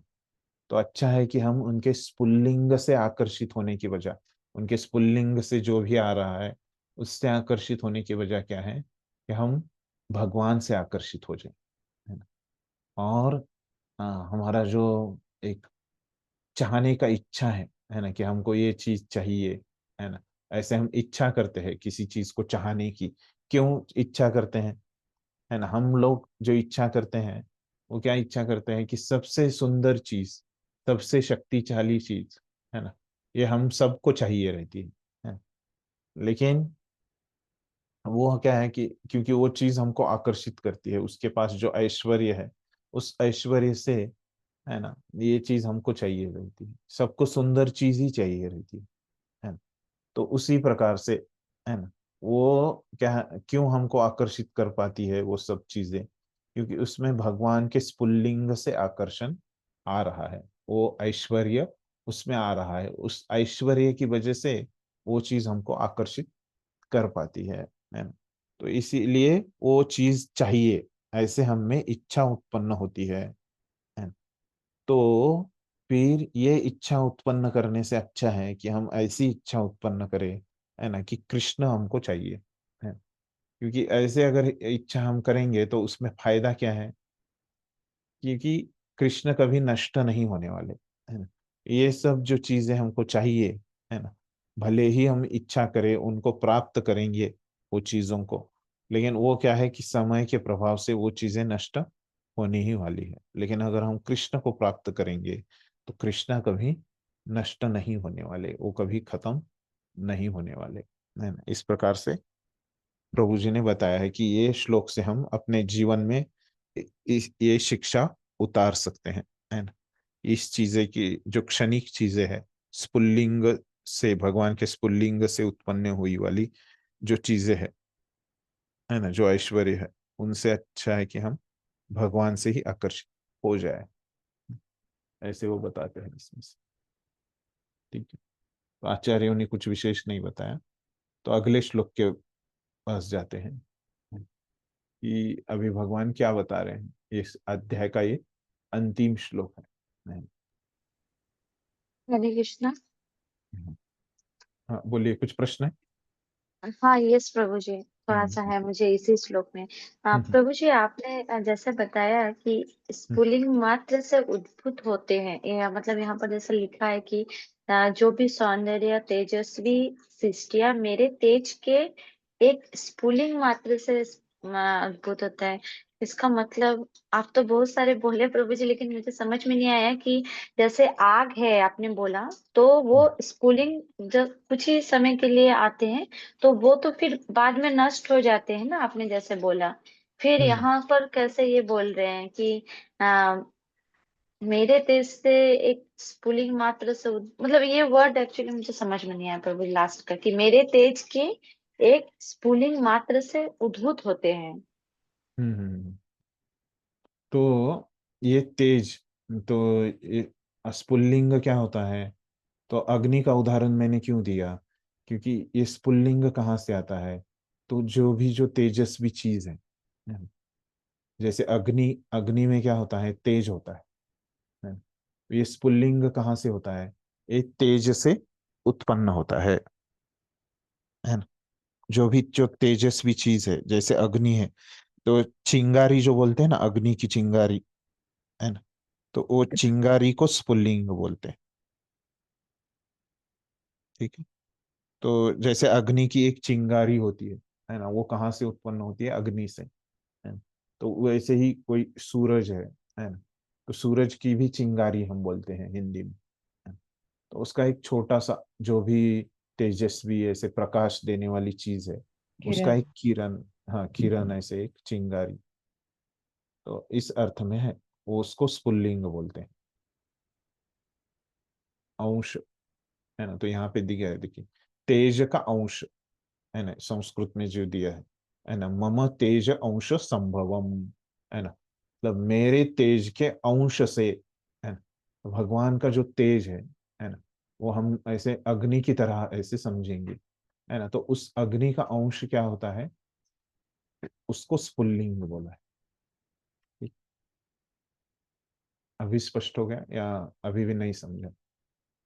हाँ प्रभु जी, वो तो मुझे समझ में आया कि स्फुलिंग मतलब आप जैसे बोले चिंगारी, हम्म। जैसे सूर्य से आ रहा है तो वो किरण है, और हम्म। अग्नि से वो निकल रहे हैं तो वो स्फुलिंग जैसा बोले। तो मैं बोल रही हूँ कि यहाँ पर भगवान ये क्या बोले हैं कि मेरे मतलब आ, सारा ऐश्वर्य सौंदर्य और तेजस्वी सृष्टियां मेरे तेज के एक स्फुलिंग मात्र से उद्भूत है, मतलब मतलब ये जो भगवान से हमको ही ये वे जो बड़ा उद्भूत। दिखता है, हाँ हाँ, ये अभी समझ हाँ। गया आपका प्रश्न। तो यहाँ पे जो भगवान बोल रहे हैं ना, ये इस दुनिया में, है ना, जो भी ऐश्वर्य दिखता है ना, जो भी सौंदर्यशाली चीजें हमको इस दुनिया में दिखती है ना, और जो भी तेजस्वी सृष्टि है ना, इस सृष्टि में, इस भौतिक जगत में भी जो भी हमको सबसे अच्छा शक्तिशाली दिखता है ना, तो ये सब जो चीजें हैं, ये कैसे उत्पन्न हुई है ना, तो भगवान के एक तुच्छ अंश से उत्पन्न हुई है ना। तो बरोबर. मतलब यहाँ पे हमको क्या समझ में आ गया, ये जो ऐश्वर्य हमको दिख रहा है इस दुनिया में, है ना, ये हमको क्या लगता है, बहुत बड़ा लगता है ना, ये आ, सर्वसाधारण नहीं लगता, है ना। तो लेकिन भगवान का जो ऐश्वर्य है, इससे कई गुना, है ना, हम जो कल्पना भी नहीं कर सकते, है ना। ये भौतिक ऐश्वर्यों से भगवान का ऐश्वर्य क्या है, कई गुना है ना, असंख्य अनंत गुना है। तो ये बात बताने के लिए इस तरह से उन्होंने बताया है कि ये जो सृष्टि है, बहुत यहाँ का जो भी सौंदर्य है, इस भौतिक जगत का, सृष्टि का पूरा सौंदर्य भी आप एक जगह पे कर लोगे, है ना। तो यहाँ का ये पूरा सौंदर्य जो भी आपको दिखता है ना, बहुत अच्छे पेड़ दिखते हैं, है ना। लोग कितना पैसा खर्च करते हैं, अभी तो वहां पे कश्मीर में लोग जाते हैं, है ना, तो वहां पे आतंकवादी का बहुत बड़ा खतरा रहता है कि वो मार देंगे उनको जान से, फिर भी लोग वहां पे निसर्ग को देखने के लिए जाते हैं। वो नदियां, वो पहाड़, है ना, वो अ, वो क्या बोलते हैं, दरिया, है ना। तो ये सब देखने के लिए लोग जाते हैं, क्योंकि ये सब आकर्षित करते हैं, ये निसर्ग में सौंदर्य है ना, और ये भगवान का ऐश्वर्य है ना। तो ये सब चीजें भगवान के ऐसे सामने क्या है, जैसे एक अग्नि है, उसके सामने जैसे एक उसकी चिंगारी रहती है ना। तो ये चिंगारी से ये सब चीजें उत्पन्न हुई है ना। मतलब यहाँ पे क्या समझ में आ रहा है कि भगवान का जो ऐश्वर्य है, वो बहुत विशाल है ना, बहुत ज्यादा है ना, इस दुनिया के ऐश्वर्य से। Yes, Roger. हाँ, और किसी को कुछ प्रश्न?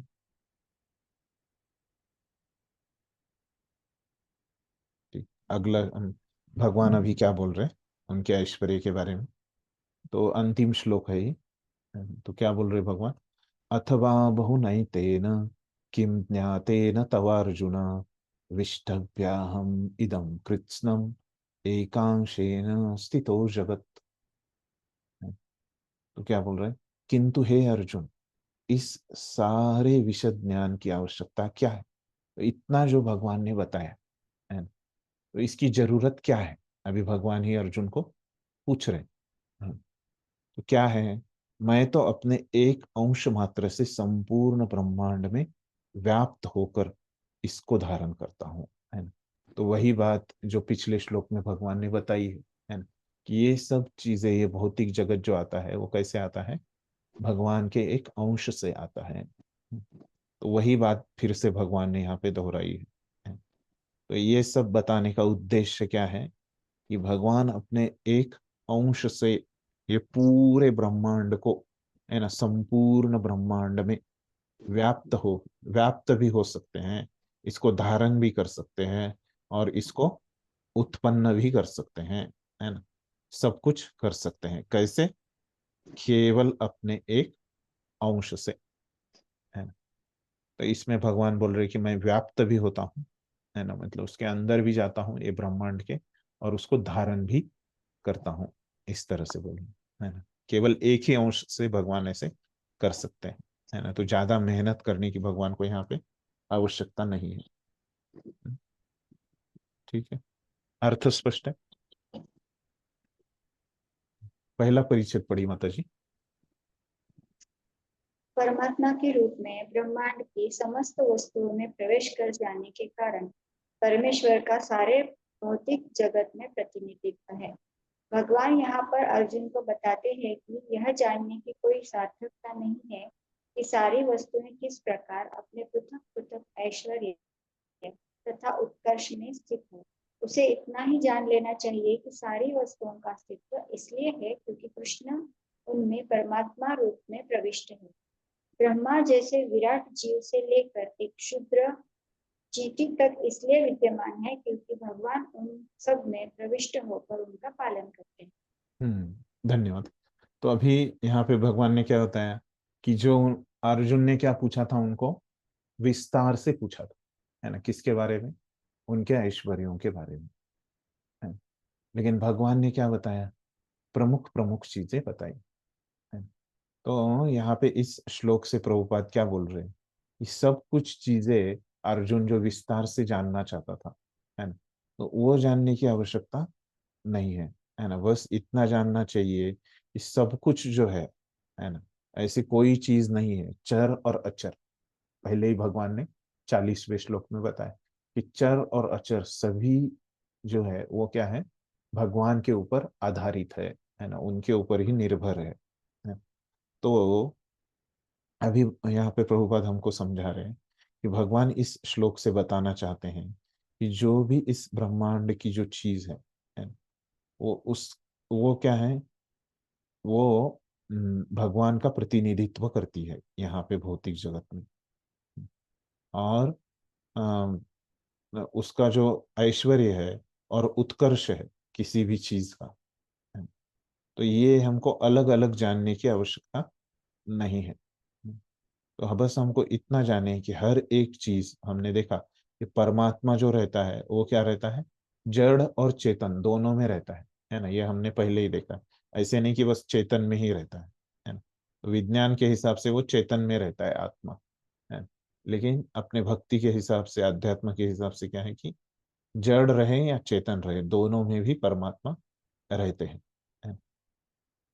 और ब्रह्मा जैसे विराट जीव से लेकर एक शूद्र चींटी तक इसलिए विद्यमान रहते हैं, है ना। तो हर एक चीज में भगवान है परमात्मा के रूप में, और उसी से वो क्या कर रहे, सृष्टि कर रहे, पालन कर रहे और संहार भी कर रहे हैं, है ना। अगला परिच्छेद पढ़िए। एक ऐसा धार्मिक संस्था मिशन भी है जो यह निरंतर प्रचार करती है कि किसी भी देवता की पूजा करने से भगवान या परम लक्ष्य की प्राप्ति होगी, किंतु यहाँ पर देवताओं की पूजा को पूर्णतया निरुत्साहित किया गया है क्योंकि ब्रह्म तथा शिव जैसे महानतम देवता भी परमेश्वर की विभूति के अंश मात्र है।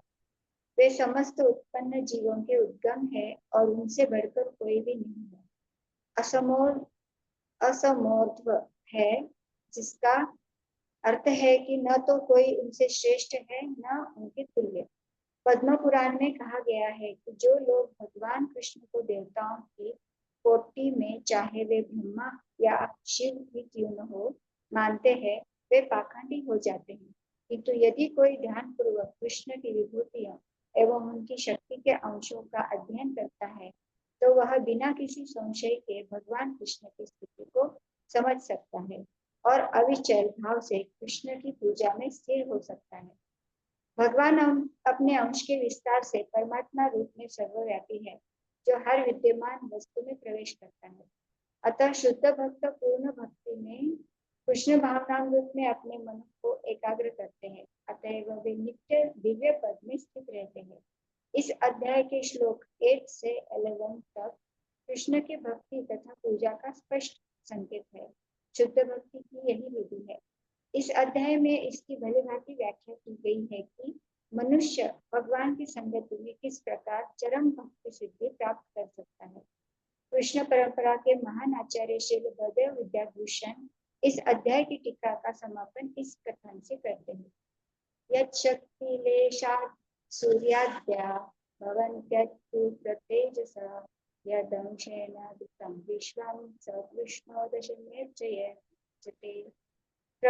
प्रबल सूर्य भी कृष्ण की शक्ति से अपनी शक्ति प्राप्त करता है और सारे संसार का पालन कृष्ण के एक लघु अंश द्वारा होता है। अतः श्री कृष्ण पूजनीय है। इस प्रकार श्रीमद् भगवद गीता के 10वें अध्याय श्रीमद् भगवान का ऐश्वर्य का भक्ति वेदांत तात्पर्य पूर्ण। धन्यवाद। तो अभी यहाँ पे क्या बोल रहे हैं ये परिच्छेद में प्रभुपाद कि एक ऐसे संस्था है, ऐसे शुरू करते हैं। तो वो संस्था क्या करती है, कोई भी देवता की आप पूजा करो, है ना, तो वो भगवान की पूजा की समान ही है ना।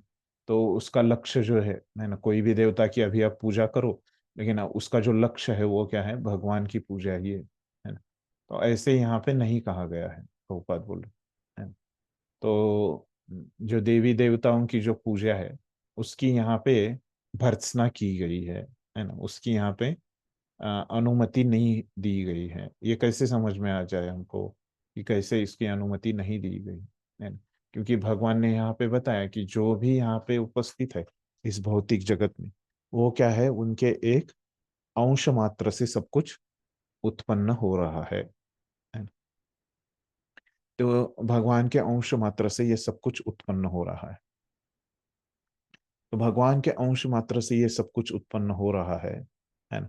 मतलब क्या हो रहा है कि प्रभुपाद बोल रहे हैं कि ब्रह्मा और जो शिव जी है ना, तो ये भी क्या है कि भगवान का जो ऐश्वर्य है उसके अंश से ही उत्पन्न हुए हैं, है ना। और वो बताते हैं कि भगवान का एक गुण है, वो क्या है, असमो ऊर्ध्व। मतलब क्या है कि उनके बराबर कोई नहीं है। और असम, है ना, सम मतलब क्या है, बराबर, है ना। असम मतलब उनके बराबर कोई नहीं है। और ऊर्ध्व, है ना, मतलब उन ऊर्ध्व मतलब क्या रहता है, ऊपर, है ना। तो उनके ऊपर भी नहीं है कोई और बराबर भी कोई नहीं, है ना। तो सब कोई क्या है कि भगवान के नीचे है ना। तो इसी प्रकार से फिर प्रभुपाद वहां पे पद्म पुराण से भी बताते हैं। वो बताते हैं कि पद्म पुराण में कहा गया है कि जो लोग भगवान कृष्ण को देवताओं की कोटि में चाहे वे ब्रह्मा या शिव को न हो मानते हैं, वे पाखंडी होते हैं, है ना। तो अगर कोई बोलता है कि ये जो देवी देवता और भगवान वो एक ही है, तो ये पद्म पुराण उनको क्या बोलता है, पाखंडी, मतलब क्या, नास्तिक, है ना, या ढोंगी, है ना। पाखंडी मतलब ढोंगी या नास्तिक, ऐसे उनको ये पद्म पुराण में कहा गया है। लेकिन ये अध्याय में हमको क्या सीखने को मिला, प्रभुपाद आगे बताते हैं, है ना, कि ये अध्याय में हमको सीखने को मिला कि हम कैसे अपना जो मन है वो कृष्ण में पूरी तरह से लगा सकते हैं। तो कैसे हमको ये समझ में आ गया कि हम मन पूरी तरह से कृष्ण में लगा सकते हैं, तो इस अध्याय में हमको सीखने को मिला कि बहुत सारी जो चीजें हैं, है ना, कि क्या क्या जो भी चीजें हमको दिखती है ना, उसका हम कृष्ण के साथ संबंध देख सकते हैं ना। और इसलिए हमको यहाँ पे पता चला कि हम अपने मन को कैसे कृष्ण पे लगा सकते हैं। कुछ भी हम देखेंगे तो उस चीज का अगर हम संबंध कृष्ण के साथ हम बना ही सकते हैं, है ना। और इस तरह से क्या हो जाएगा, हमारा मन जो है वो पूरी तरह से कृष्ण भावना भावित हो जाएगा, है। और फिर अंत में बलदेव विद्याभूषण क्या करते हैं कि एक श्लोक लिखते हैं। उससे क्या होता है कि समझ में आता है कि जो सूर्य भी कृष्ण की शक्ति से अपनी शक्ति प्राप्त करता है ना। जो सूर्य के पास भी जो शक्ति आती है ना, तो वो अपनी शक्ति कहाँ से प्राप्त करता है, भगवान कृष्ण की शक्ति से, है ना। और सारे संसार का जो पालन कर रहे हैं, है ना, तो वो क्या है, भगवान का एक छोटा सा अंश के द्वारा ही भगवान करते हैं, है ना? इस तरह से वो लिखते हैं, है ना। इसीलिए भगवान पूजनीय है। तो ये सब कुछ जो ऐश्वर्य है इस दुनिया का, जो भी हमको दिखता है, एक भगवान का छोटा सा अंश है।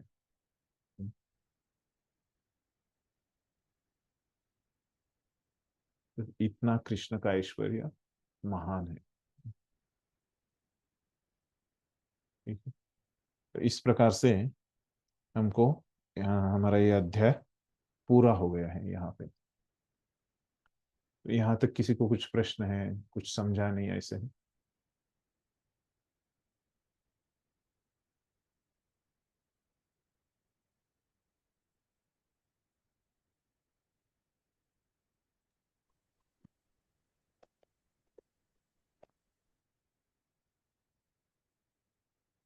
ठीक, तो अभी हमने देखा ये 10वें अध्याय के अंत में है, तो भगवान ने अभी क्या बताया कि कैसे उनके एक अंश से तो पूरा ये भौतिक जगत जो है उसके जो ऐश्वर्य है, तो ये सब भगवान के एक अंश से आ रहे हैं। एकांशेन स्थितो जगत है। लेकिन भगवान अभी क्या है कि अर्जुन के सारथी के रूप में वहां पे उपस्थित है ना? और अर्जुन का वो रथ चला रहे हैं और वो पूरे दुनिया में भी व्याप्त है ना? क्योंकि भगवान तो सर्वत्र है, सर्वव्यापी है और पूरी दुनिया को भी वो आधार दे रहे हैं। तो ये अर्जुन तो देख रहा है कि अरे भगवान तो बोल रहे कि मैं सर्वत्र व्याप्त हूँ, है ना, एक मेरे अंश से ये सब कुछ चल रहा है, लेकिन मुझे तो कुछ दिख नहीं रहा है। ये तो एक मेरे सामने तो एक सर्वसामान्य व्यक्ति दिख रहा है कि जो मेरा रथ चला रहा है। ऐसे अर्जुन को लगता है मन में, है ना। तो इसीलिए अर्जुन क्या करता है, उनका जो है विश्व रूप, है ना, मतलब विराट रूप देखने की इच्छा करता है। उसको देखना रहता है ये विराट रूप, विश्व रूप। क्यों देखना रहता है?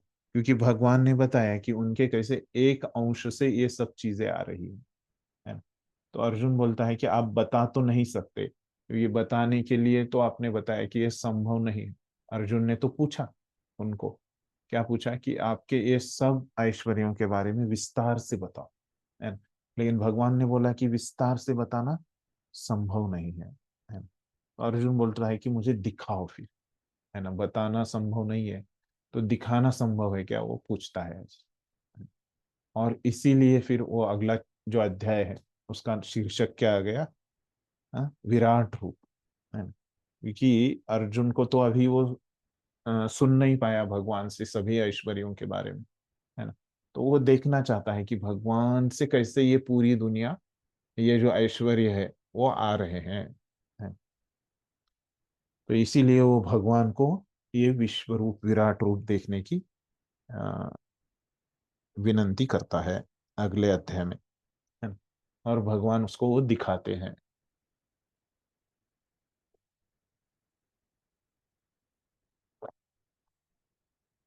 ठीक है, तो इसी तरह से ये अगला अध्याय यहाँ पे आता है।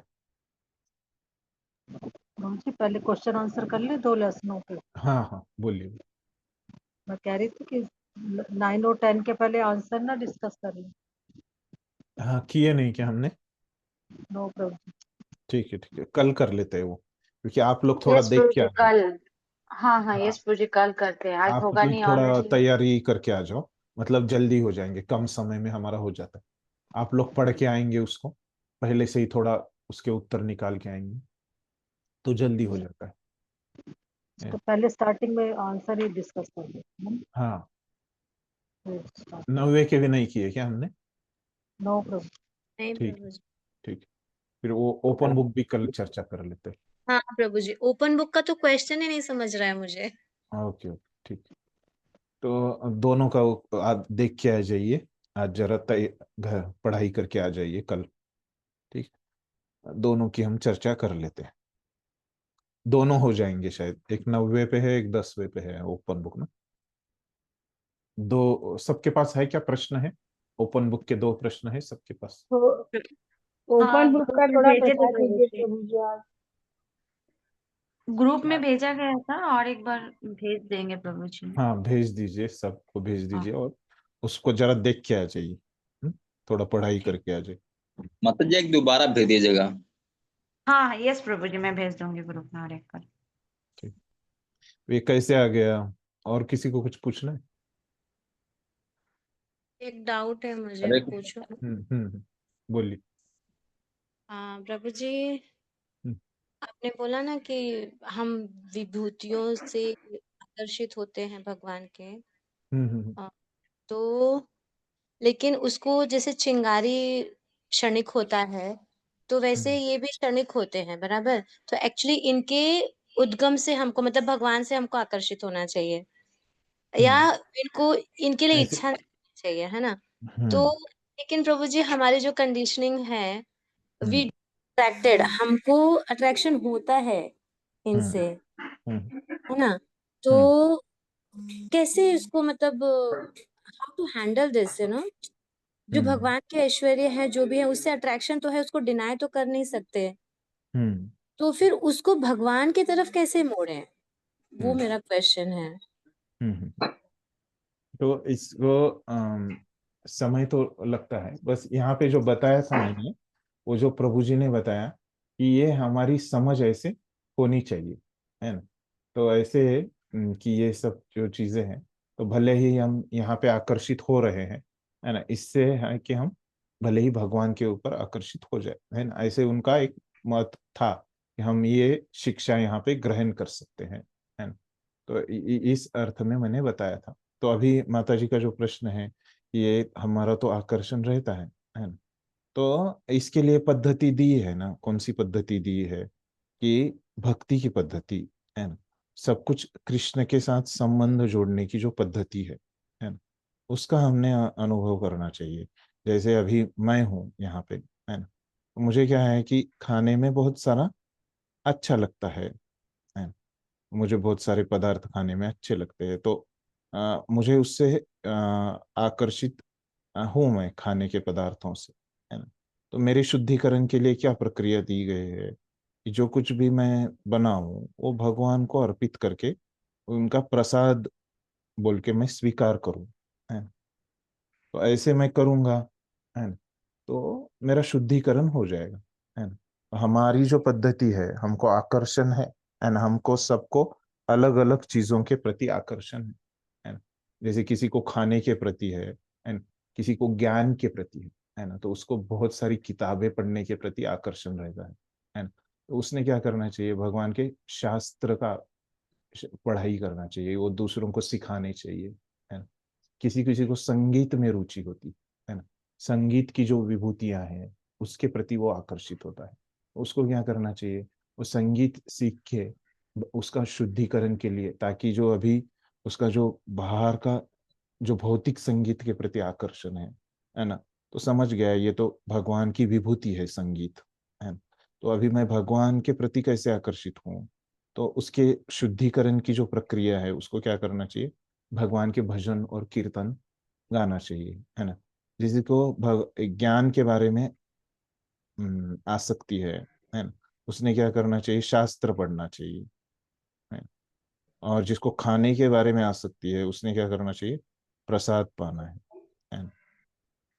तो ऐसे कोई भी चीज आप भौतिक चीज बताएंगे, है ना, जिसके प्रति आपको आसक्ति होती है ना, तो उसको क्या कर सकते हैं हम, उसका अपना शुद्धिकरण कर सकते हैं उस चीज के द्वारा, उस चीज को भगवान को अर्पित करके, है ना, भगवान की सेवा में अर्पित करके हम अपना शुद्धिकरण कर सकते हैं। और वो शुद्धिकरण हो जाएगा तो क्या हो जाएगा, जो हमको एक दिन वो खाने के प्रति जो रुचि है ना, वो चली जाएगी, जैसे हमारा शुद्धिकरण हो जाएगा और भगवान में रुचि उत्पन्न हो जाएगी, है ना। जो अभी हमारे स्पुल्लिंग के प्रति जो हमारा आकर्षण है वो चल के हमारा अ, जो तेज है उसके प्रति हम आकर्षित होने लगेंगे, थैंक यू प्रभु जी। है। तो हमारा जो भक्ति का मार्ग है, वैसे हमारी शुद्धिकरण की प्रक्रिया रहती है, भक्ति का अभ्यास करके, है ना। कुछ छोड़ने की हमारी प्रक्रिया नहीं है, वो ज्ञान मार्ग रहता है ना, उसमें सब छोड़ दिया जाता है।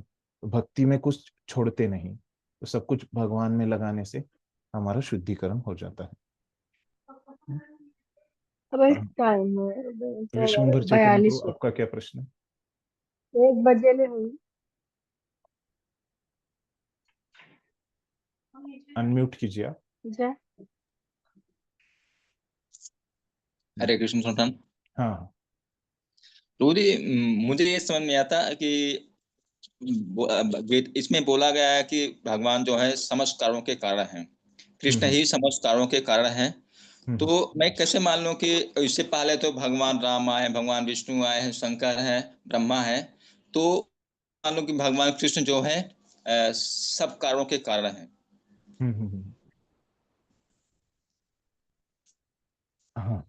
तो यहाँ पे भगवान खुद बता रहे हैं ना कि कैसे वो सभी कारणों के कारण है ना। तो वो हमने जो 8वां श्लोक देखा था उसमें बहुत सारे शास्त्र बता रहे हैं कि कैसे हम मानना चाहिए, है ना। तो भगवान ने खुद बताया कि अहम सर्वस्य प्रभो मत्तः सर्वम प्रवर्तते, है ना। तो भगवत गीता के आधार पे अगर बताना है ना, तो क्या है, यहाँ पे हमने देखा था 8वें श्लोक में, तो अनेक अनेक वेद और उपनिषद में, है ना। तो भगवान बोल रहे हैं ऐसे नहीं है ना। इन बहुत सारे जो वैदिक ग्रंथ है ना, उसमें भी क्या कहा है, कृष्ण को ही पूर्ण पुरुषोत्तम भगवान माना है ना? तो केवल भगवान ही नहीं बता रहे हैं। हाँ, तो देखिए यहाँ पे ये 10वें अध्याय का 8वां श्लोक है। तो क्या बोल रहे हैं इस श्लोक में, तो बहुत सारे प्रभुपाद ने यहाँ पे देखिए। तो एक गोपाल तापनी उपनिषद है, अथर्व वेद में भी कहा गया है कि यो ब्राह्मणम विदाति पूर्वम यो वा वेदांश्च गापयति स्म कृष्ण। मतलब क्या, कि प्रारंभ में कृष्ण ने ब्रह्मा को वेदों का ज्ञान प्रदान किया और उन्होंने भूतकाल में वैदिक ज्ञान का प्रचार किया, है ना। तो मतलब सबसे पहले जो ज्ञान दिया है इस दुनिया में, ये वेदों का ज्ञान, है ना, वो किसने दिया है, प्रारंभ में, सबसे प्रारंभ में किसने दिया है, कृष्ण ने ब्रह्मा को दिया है ना। तो मतलब हमको क्या समझ रहा है कि कृष्ण ही सबसे पहले है ना। तो ये क्या है कि ये भी गोपाल तपनी उपनिषद में हमको पता चला, मतलब ये वेद भी बता रहे है ना। फिर नारायण उपनिषद में क्या बता रहे हैं कि जब भगवान ने जीवों की सृष्टि करनी चाहिए, है ना, तब भगवान ये सृष्टि हो गई, है ना। मतलब ये सृष्टि के पहले कौन है, यहाँ पे हमको समझ रहा है भगवान है ना? ठीक है। तो सबसे पहले है भगवान कृष्ण, और वो चाहते हैं कि सृष्टि हो जाए, है ना। तो बाकी की जब जो सब चीजें हैं, है ना, तो वो क्या है, बाद में उत्पन्न हो रही है, ये हमको यहाँ पे समझ रहा है। फिर आगे, ये तो दूसरा ही हो गया। तीसरा चीज क्या बता रहे शास्त्रों से, नारायणात ब्रह्मा जायते, नारायणात प्रजापति जायते, नारायणात इंद्रो जायते, है ना। नारायणात अष्टो वस्व जायन्ते, नारायणात एकादशो रुद्रा जायन्ते, नारायणात द्वादश आदित्या, है ना। अब नारायण से क्या हो रहा है, ये सब चीजें उत्पन्न हो रही है ना। तो नारायण से पहले कोई नहीं है। ऐसे आपको कहीं श्लोक दिखने को नहीं मिलेगा कि नारायण से पहले कोई चीज अस्तित्व में है ना। तो जो कुछ भी आपको श्लोक मिलेंगे शास्त्रों में, है ना, तो पहली चीज आपको, आपका जो प्रश्न था कि कृष्ण ही सबसे पहले है, हम कैसे समझे, तो पहली चीज है जो है कि सभी जो वेद और शास्त्र ये हमको बता रहे हैं कि कृष्ण ही क्या है, सबसे पहले है, उन्होंने ही सृष्टि की, है ना। तो ये पहली चीज होगी, बराबर। फिर जो महान ऋषि है ना, जैसे अर्जुन ने यहाँ पे बताया कि 12वें श्लोक में अर्जुन बताता है ना, कि केवल मेरा मत नहीं है कि कृष्ण भगवान है, लेकिन क्या हो रहा है कि महान ऋषि कौन से, आहुस्त्वाम ऋषय सर्वे देवर्षि नारदस्तुता असितो देवल व्यास स्वयं चैव ब्रवीषि में, है। तो ये जो देवर्षि नारद है ना, 13वें श्लोक में कह रहे हैं अर्जुन, 10वें अध्याय के, है ना, ये असीत देवल व्यास, है ना, जो सभी जो ऋषि मुनि है उन्होंने कहा कहा है कि कृष्ण ही पूर्ण पुरुषोत्तम भगवान है, वही परम ब्रह्म है, परम धाम है, पवित्र है, परमम भगवान है ना। और कृष्ण भी स्वयं कह रहे हैं कि वही क्या है, पूर्ण पुरुषोत्तम भगवान है ना। तो पहली चीज है कि सभी शास्त्रों में यही कहा गया है कि कृष्ण ही परम ब्रह्म परम धाम है ना। फिर क्या है कि सभी जो आचार्य है, ऋषि मुनि है, वो भी यही कह रहे हैं है ना। नारद मुनि कह रहे हैं, असीत, देवल, व्यास है ना, ये सब लोग कह रहे हैं कि कृष्ण ही पूर्ण पुरुषोत्तम भगवान है, वही सबसे पहले है। और कृष्ण भी खुद कह रहे हैं कि मैं भगवान हूँ है। तो बाकी के अगर आप देखेंगे जैसे राम है ना, या अनेक जो अन्य अवतार है, वो कभी बोलते नहीं कि हम पूर्ण पुरुषोत्तम भगवान है ना। तो कृष्ण ही एक है जो स्पष्टता से बोलते हैं है ना, कि मैं सर्व कारणों का कारण हूँ है ना। और अन्य भी कोई नहीं बोलता है ना कि मैं सर्व कारणों का कारण हूँ है ना। तो ये चीजों के आधार पे है ना, तो ये ऋषियों के आधार पे है ना, और जो भगवान बोल रहे उसके आधार पे मैं ही पूर्ण पुरुषोत्तम भगवान हूँ, और शास्त्र बोल रहे हैं है ना, इसके आधार पे हम समझते हैं कि कृष्ण ही क्या है, पूर्ण पुरुषोत्तम भगवान है, उनके पहले कोई नहीं है ना? सब उनके बाद में ही। यही था ना प्रश्न प्रभु जी आपका? जी, हरि बोल। हम्म। संकीर्तन धर्म प्रभु आपका पूछिए। हरे कृष्णा प्रभु जी, धन्यवाद। हम्म। प्रभु जी, अभी जैसे कि इसमें जो हमने डिस्कस किया कि एक भगवान की स्फुलिंग मात्र से ही पूरा सब कुछ उत्पन्न हुआ है। तो हम्म। प्रभु जी, जैसे यहाँ पे हमारा ब्रह्मांड तो खैर एक तिनके मात्र के समान है उसमें, हम्म। तो और सभी कुछ भगवान द्वारा ही नियंत्रित है। वही उन्हीं उन्हीं के मर्जी के अनुसार सब कुछ हो रहा है। तो प्रभु जी, हम्म। यहाँ पे हम अपना जो हमारा जो विवेक है जो हम कर रहे हैं, तो हम उसमें अपनी इच्छा को कैसे माने? वो तो कह रहे हैं भगवान ही सब कुछ कर रहे हैं, जो अभी प्रभु जी ने हम्म। क्वेश्चन पूछा कि सर्व कारण कारण। तो प्रभु जी, हम्म। यहाँ पे हम तो कुछ कर ही नहीं पा रहे हैं। इसका मतलब हमारे जो शरीर के अंदर भोजन है वो भी भगवान ही उसका पाचन तंत्र चला रहे हैं। तो हमारे हाथ हम्म। में तो कुछ है ही नहीं प्रभु जी। इस तरह से अगर हम, तो यहाँ पे हम्म। हम अपनी स्वतंत्रता कैसे माने प्रभु जी? कुछ भी हम नहीं हम्म। कर पा रहे हैं। हमारी हम्म। भक्ति में प्रगति होती है तो वो भी आई थिंक भगवान की ही मर्जी से होती है। अगर हम्म। हम दुर्गत में जाते हैं तो वो भी भगवान की ही मर्जी है। तो प्रभु जी, हम्म। हम क्या कर पा रहे हैं यहाँ पे? हमारा क्या मतलब विवेक है? हम क्या है फिर यहाँ पे? हम्म। ठीक है, तो यहाँ पे कैसे है कि एक है भगवान है ना, तो भगवान सब कुछ कर रहे हैं है ना, और एक है जीव है ना, और प्रकृति। हमने देखा था ये त्रिशंकु पहले भी चौथे अध्याय में ये आता है ना। तो यहाँ पे क्या होता है, जीव क्या करता है, हमारे हाथ में कुछ नहीं है, लेकिन हमारे पास क्या है कि हमने हमको एक स्वेच्छा दी है ना, ऐसे हम बोलते हैं है ना।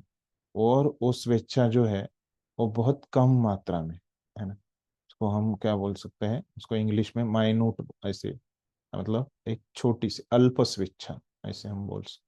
तो एक ऐसे एक छोटी सी स्वेच्छा है हमारे पास, अल्प स्वेच्छा। और ये भगवान है ना, ये क्या करते हैं, ये सभी कारणों के कारण है ना। तो जैसे अभी देखिए, ये सभी कारणों के कारण है भगवान, मतलब क्या करते हैं वो, कि जैसे अभी आप ये करते हैं, जॉब करते हैं आप, जी प्रभु जी। हाँ कंपनी में करते हैं जॉब। प्रभु जी। जी। हाँ। हाँ।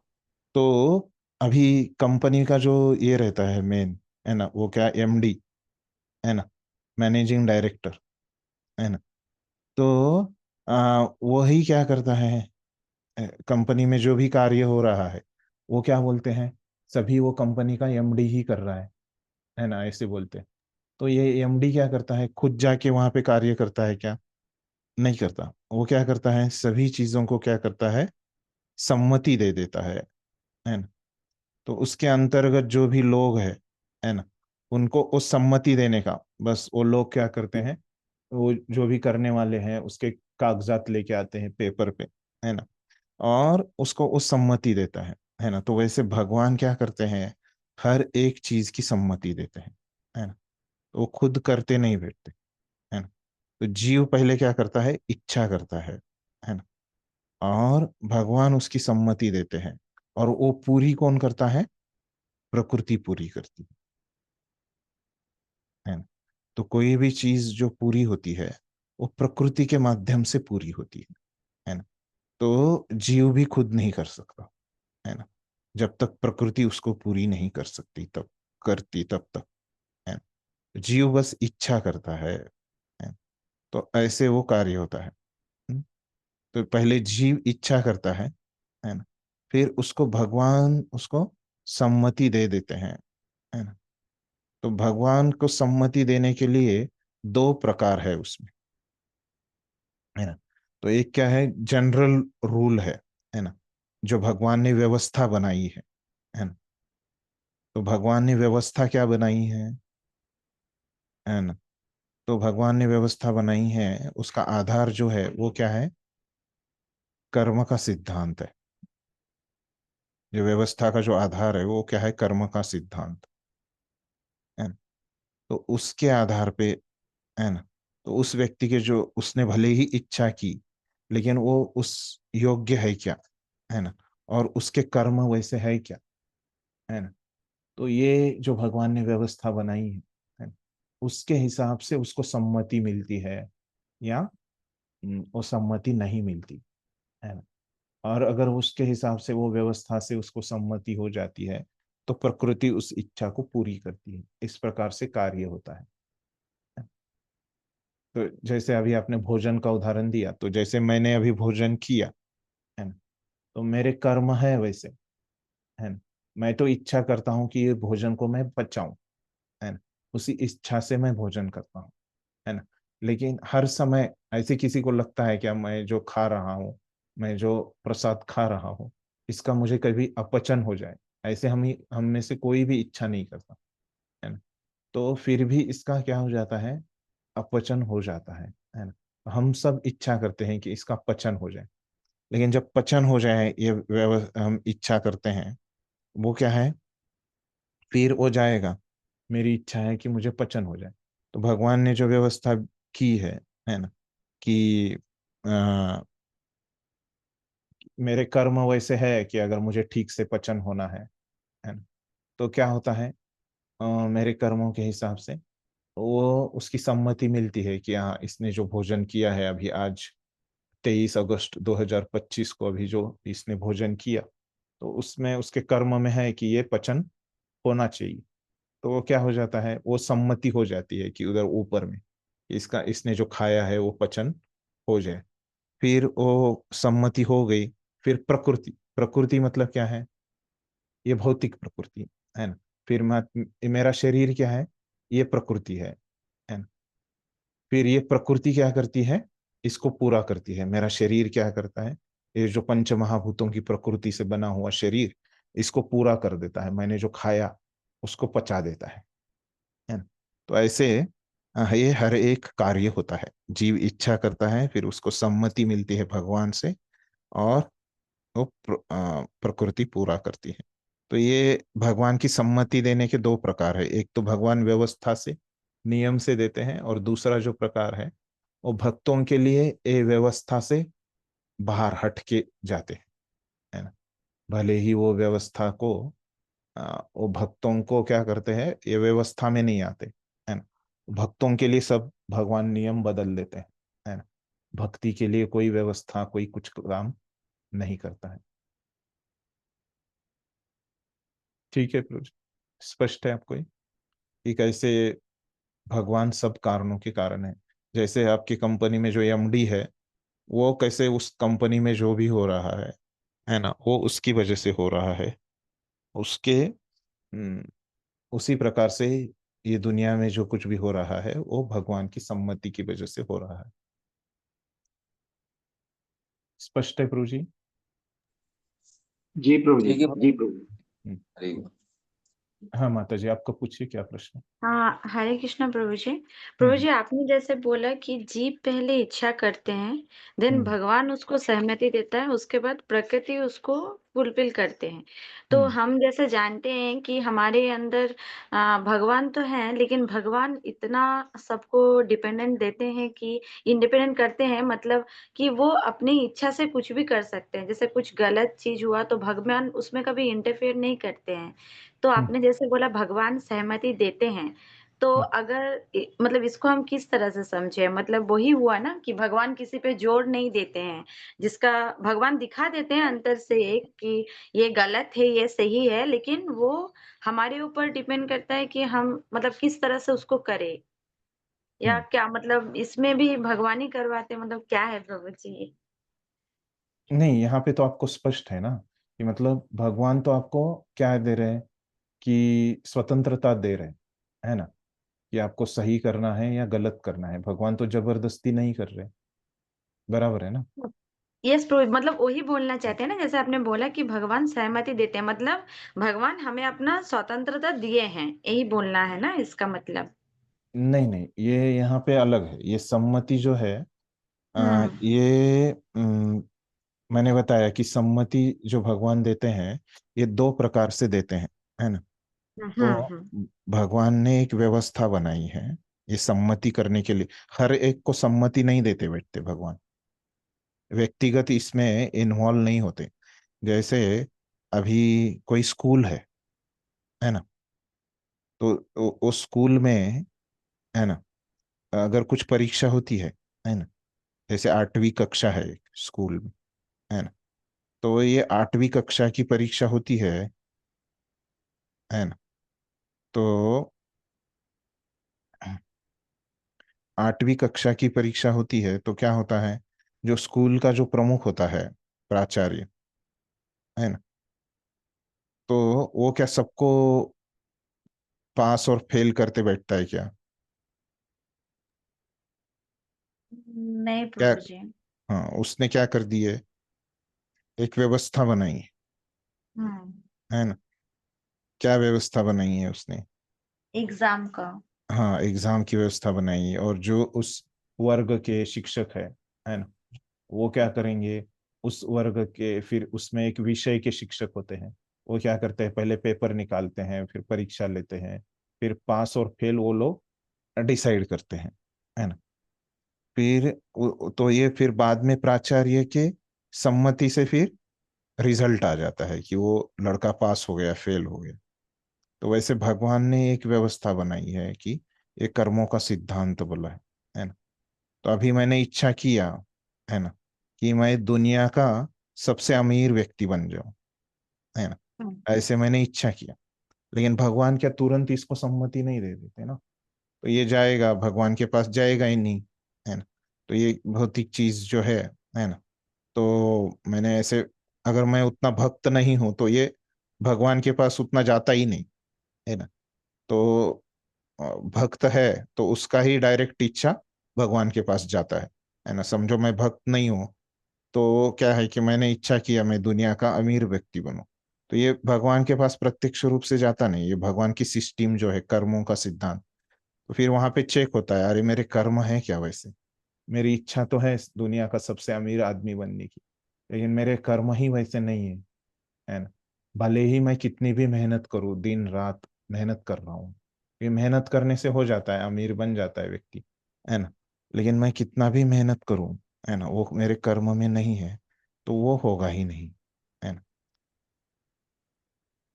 ठीक है, तो उसकी हाँ। सम्मति ही नहीं मिल रही है ना। मैंने इच्छा की कि दुनिया का अमीर व्यक्ति मैं बनूं, लेकिन भगवान से वो मेरे कर्म नहीं होने से, मतलब भगवान की व्यवस्था के द्वारा, है ना, उसकी सम्मति मिली ही नहीं, हुँ। है ना। तो ऐसे होता है। तो ये सम्मति है ना। मैं जो बोला इसमें, ये प्रभु जी का प्रश्न का उत्तर देते समय, है ना। और जो परमात्मा करता है वो अलग है ना। तो परमात्मा जो करता है वो क्या करता है कि हमारे मन में जो भी इच्छा आ रहा है, वो इच्छा करने की हमको क्या देता है, स्वतंत्रता देता है ना। वो सम्मति नहीं है ना। हुँ, हुँ। सम्मति और स्वतंत्रता में अंतर है। ठीक है। हाँ, यस प्रभु जी, मतलब जीव जो इच्छा करता है, हम्म उसका स्वतंत्रता देते हैं परमात्मा हमें, लेकिन वो बाद में भगवान की सहमति से आता है कि फिर देखते हैं भगवान कि वो है या नहीं, हमें मिलना चाहिए कि नहीं मिलना चाहिए। वो कर्म के सिद्धांत पर हाँ, डिपेंड करता है। भगवान देखते हैं, मतलब भक्त है वो व्यक्ति जो इच्छा कर रहा है ना, उसके लिए ही भगवान देखते हैं, है ना। तो जैसे हमने देखा कि भक्तों के लिए कुछ कर्म नहीं होते, हमने देखा था ये, है ना। तो भक्तों के लिए जो कर्मों का सिद्धांत नहीं आता, भक्तों का सब जो कारोबार है वो क्या है, प्रत्यक्ष रूप से भगवान से अंतर्गत रहता है, प्रत्यक्ष खुद भगवान देखते हैं, है ना। मैंने दिखाया था आपको भागवतम में से भी, है ना। तो भक्तों के लिए कुछ कर्म नहीं होते। तो ये सामान्य व्यक्ति को क्या होता है, ये कर्मों के सिद्धांत से उसको जाना पड़ता है उसकी इच्छा के लिए। इन भक्तों के लिए भगवान ही डिसाइड करते हैं कि उसको देना है क्या नहीं देना है। उसके लिए अच्छा है तो भगवान दे देते हैं, है ना। अगर उसके लिए अच्छा नहीं है तो भगवान नहीं देते भक्तों के लिए। ऐसे अलग अलग रहता है भक्तों के लिए और दूसरे लोगों के लिए। अभी स्पष्ट है? यस प्रभु जी, थैंक यू। किसी को कुछ समझ में नहीं आया, कंफ्यूजन है? सभी को स्पष्ट है ना? ठीक। यहाँ पे एक चैट में एक प्रश्न आया है कि शिव पुराण का संदर्भ बताइए, उसमें कहा गया है कि शिव जी सुप्रीम है। तो ऐसे नहीं है, मैंने पढ़ा नहीं है स्वयं से शिव पुराण, लेकिन ऐसे कहा है कि शिव पुराण में भी ऐसे नहीं है कि वो उसमें भगवान शिव को सर्वोच्च कहा गया है। उसका सही से अगर हम भक्त लोग बताते हैं कि उसका सही से अगर हम अर्थ लगाएंगे तो वहां पे वैसे अर्थ नहीं है, ऐसे हमने सुना है दूसरे वरिष्ठ भक्तों से, लेकिन मेरा उतना अभ्यास नहीं है उसके बारे में, शिव पुराण के बारे में। तो वो मैंने सुना था, अगर मुझे मिलता है तो मैं कल बताता हूँ, है ना। हाँ, मिल गया मुझे।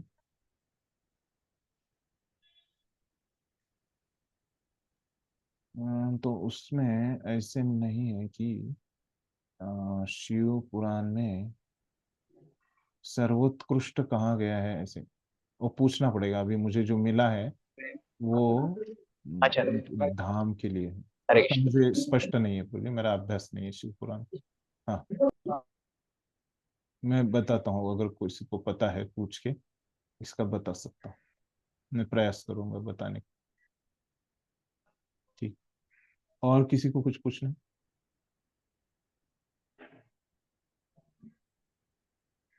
ठीक है, अभी समय बहुत ज्यादा हो गया, हम रुक जाते हैं। कल आप वो प्रश्न उत्तर देख के आ जाइए। ठीक है। श्रील प्रभुपाद की हरे कृष्णा। हरे कृष्ण। कुछ हरे पूछना है? कृष्णा थैंक प्रभु यू जी, प्रभु जी। धन्यवाद। धन्यवाद प्रभु जी। दंड। जागल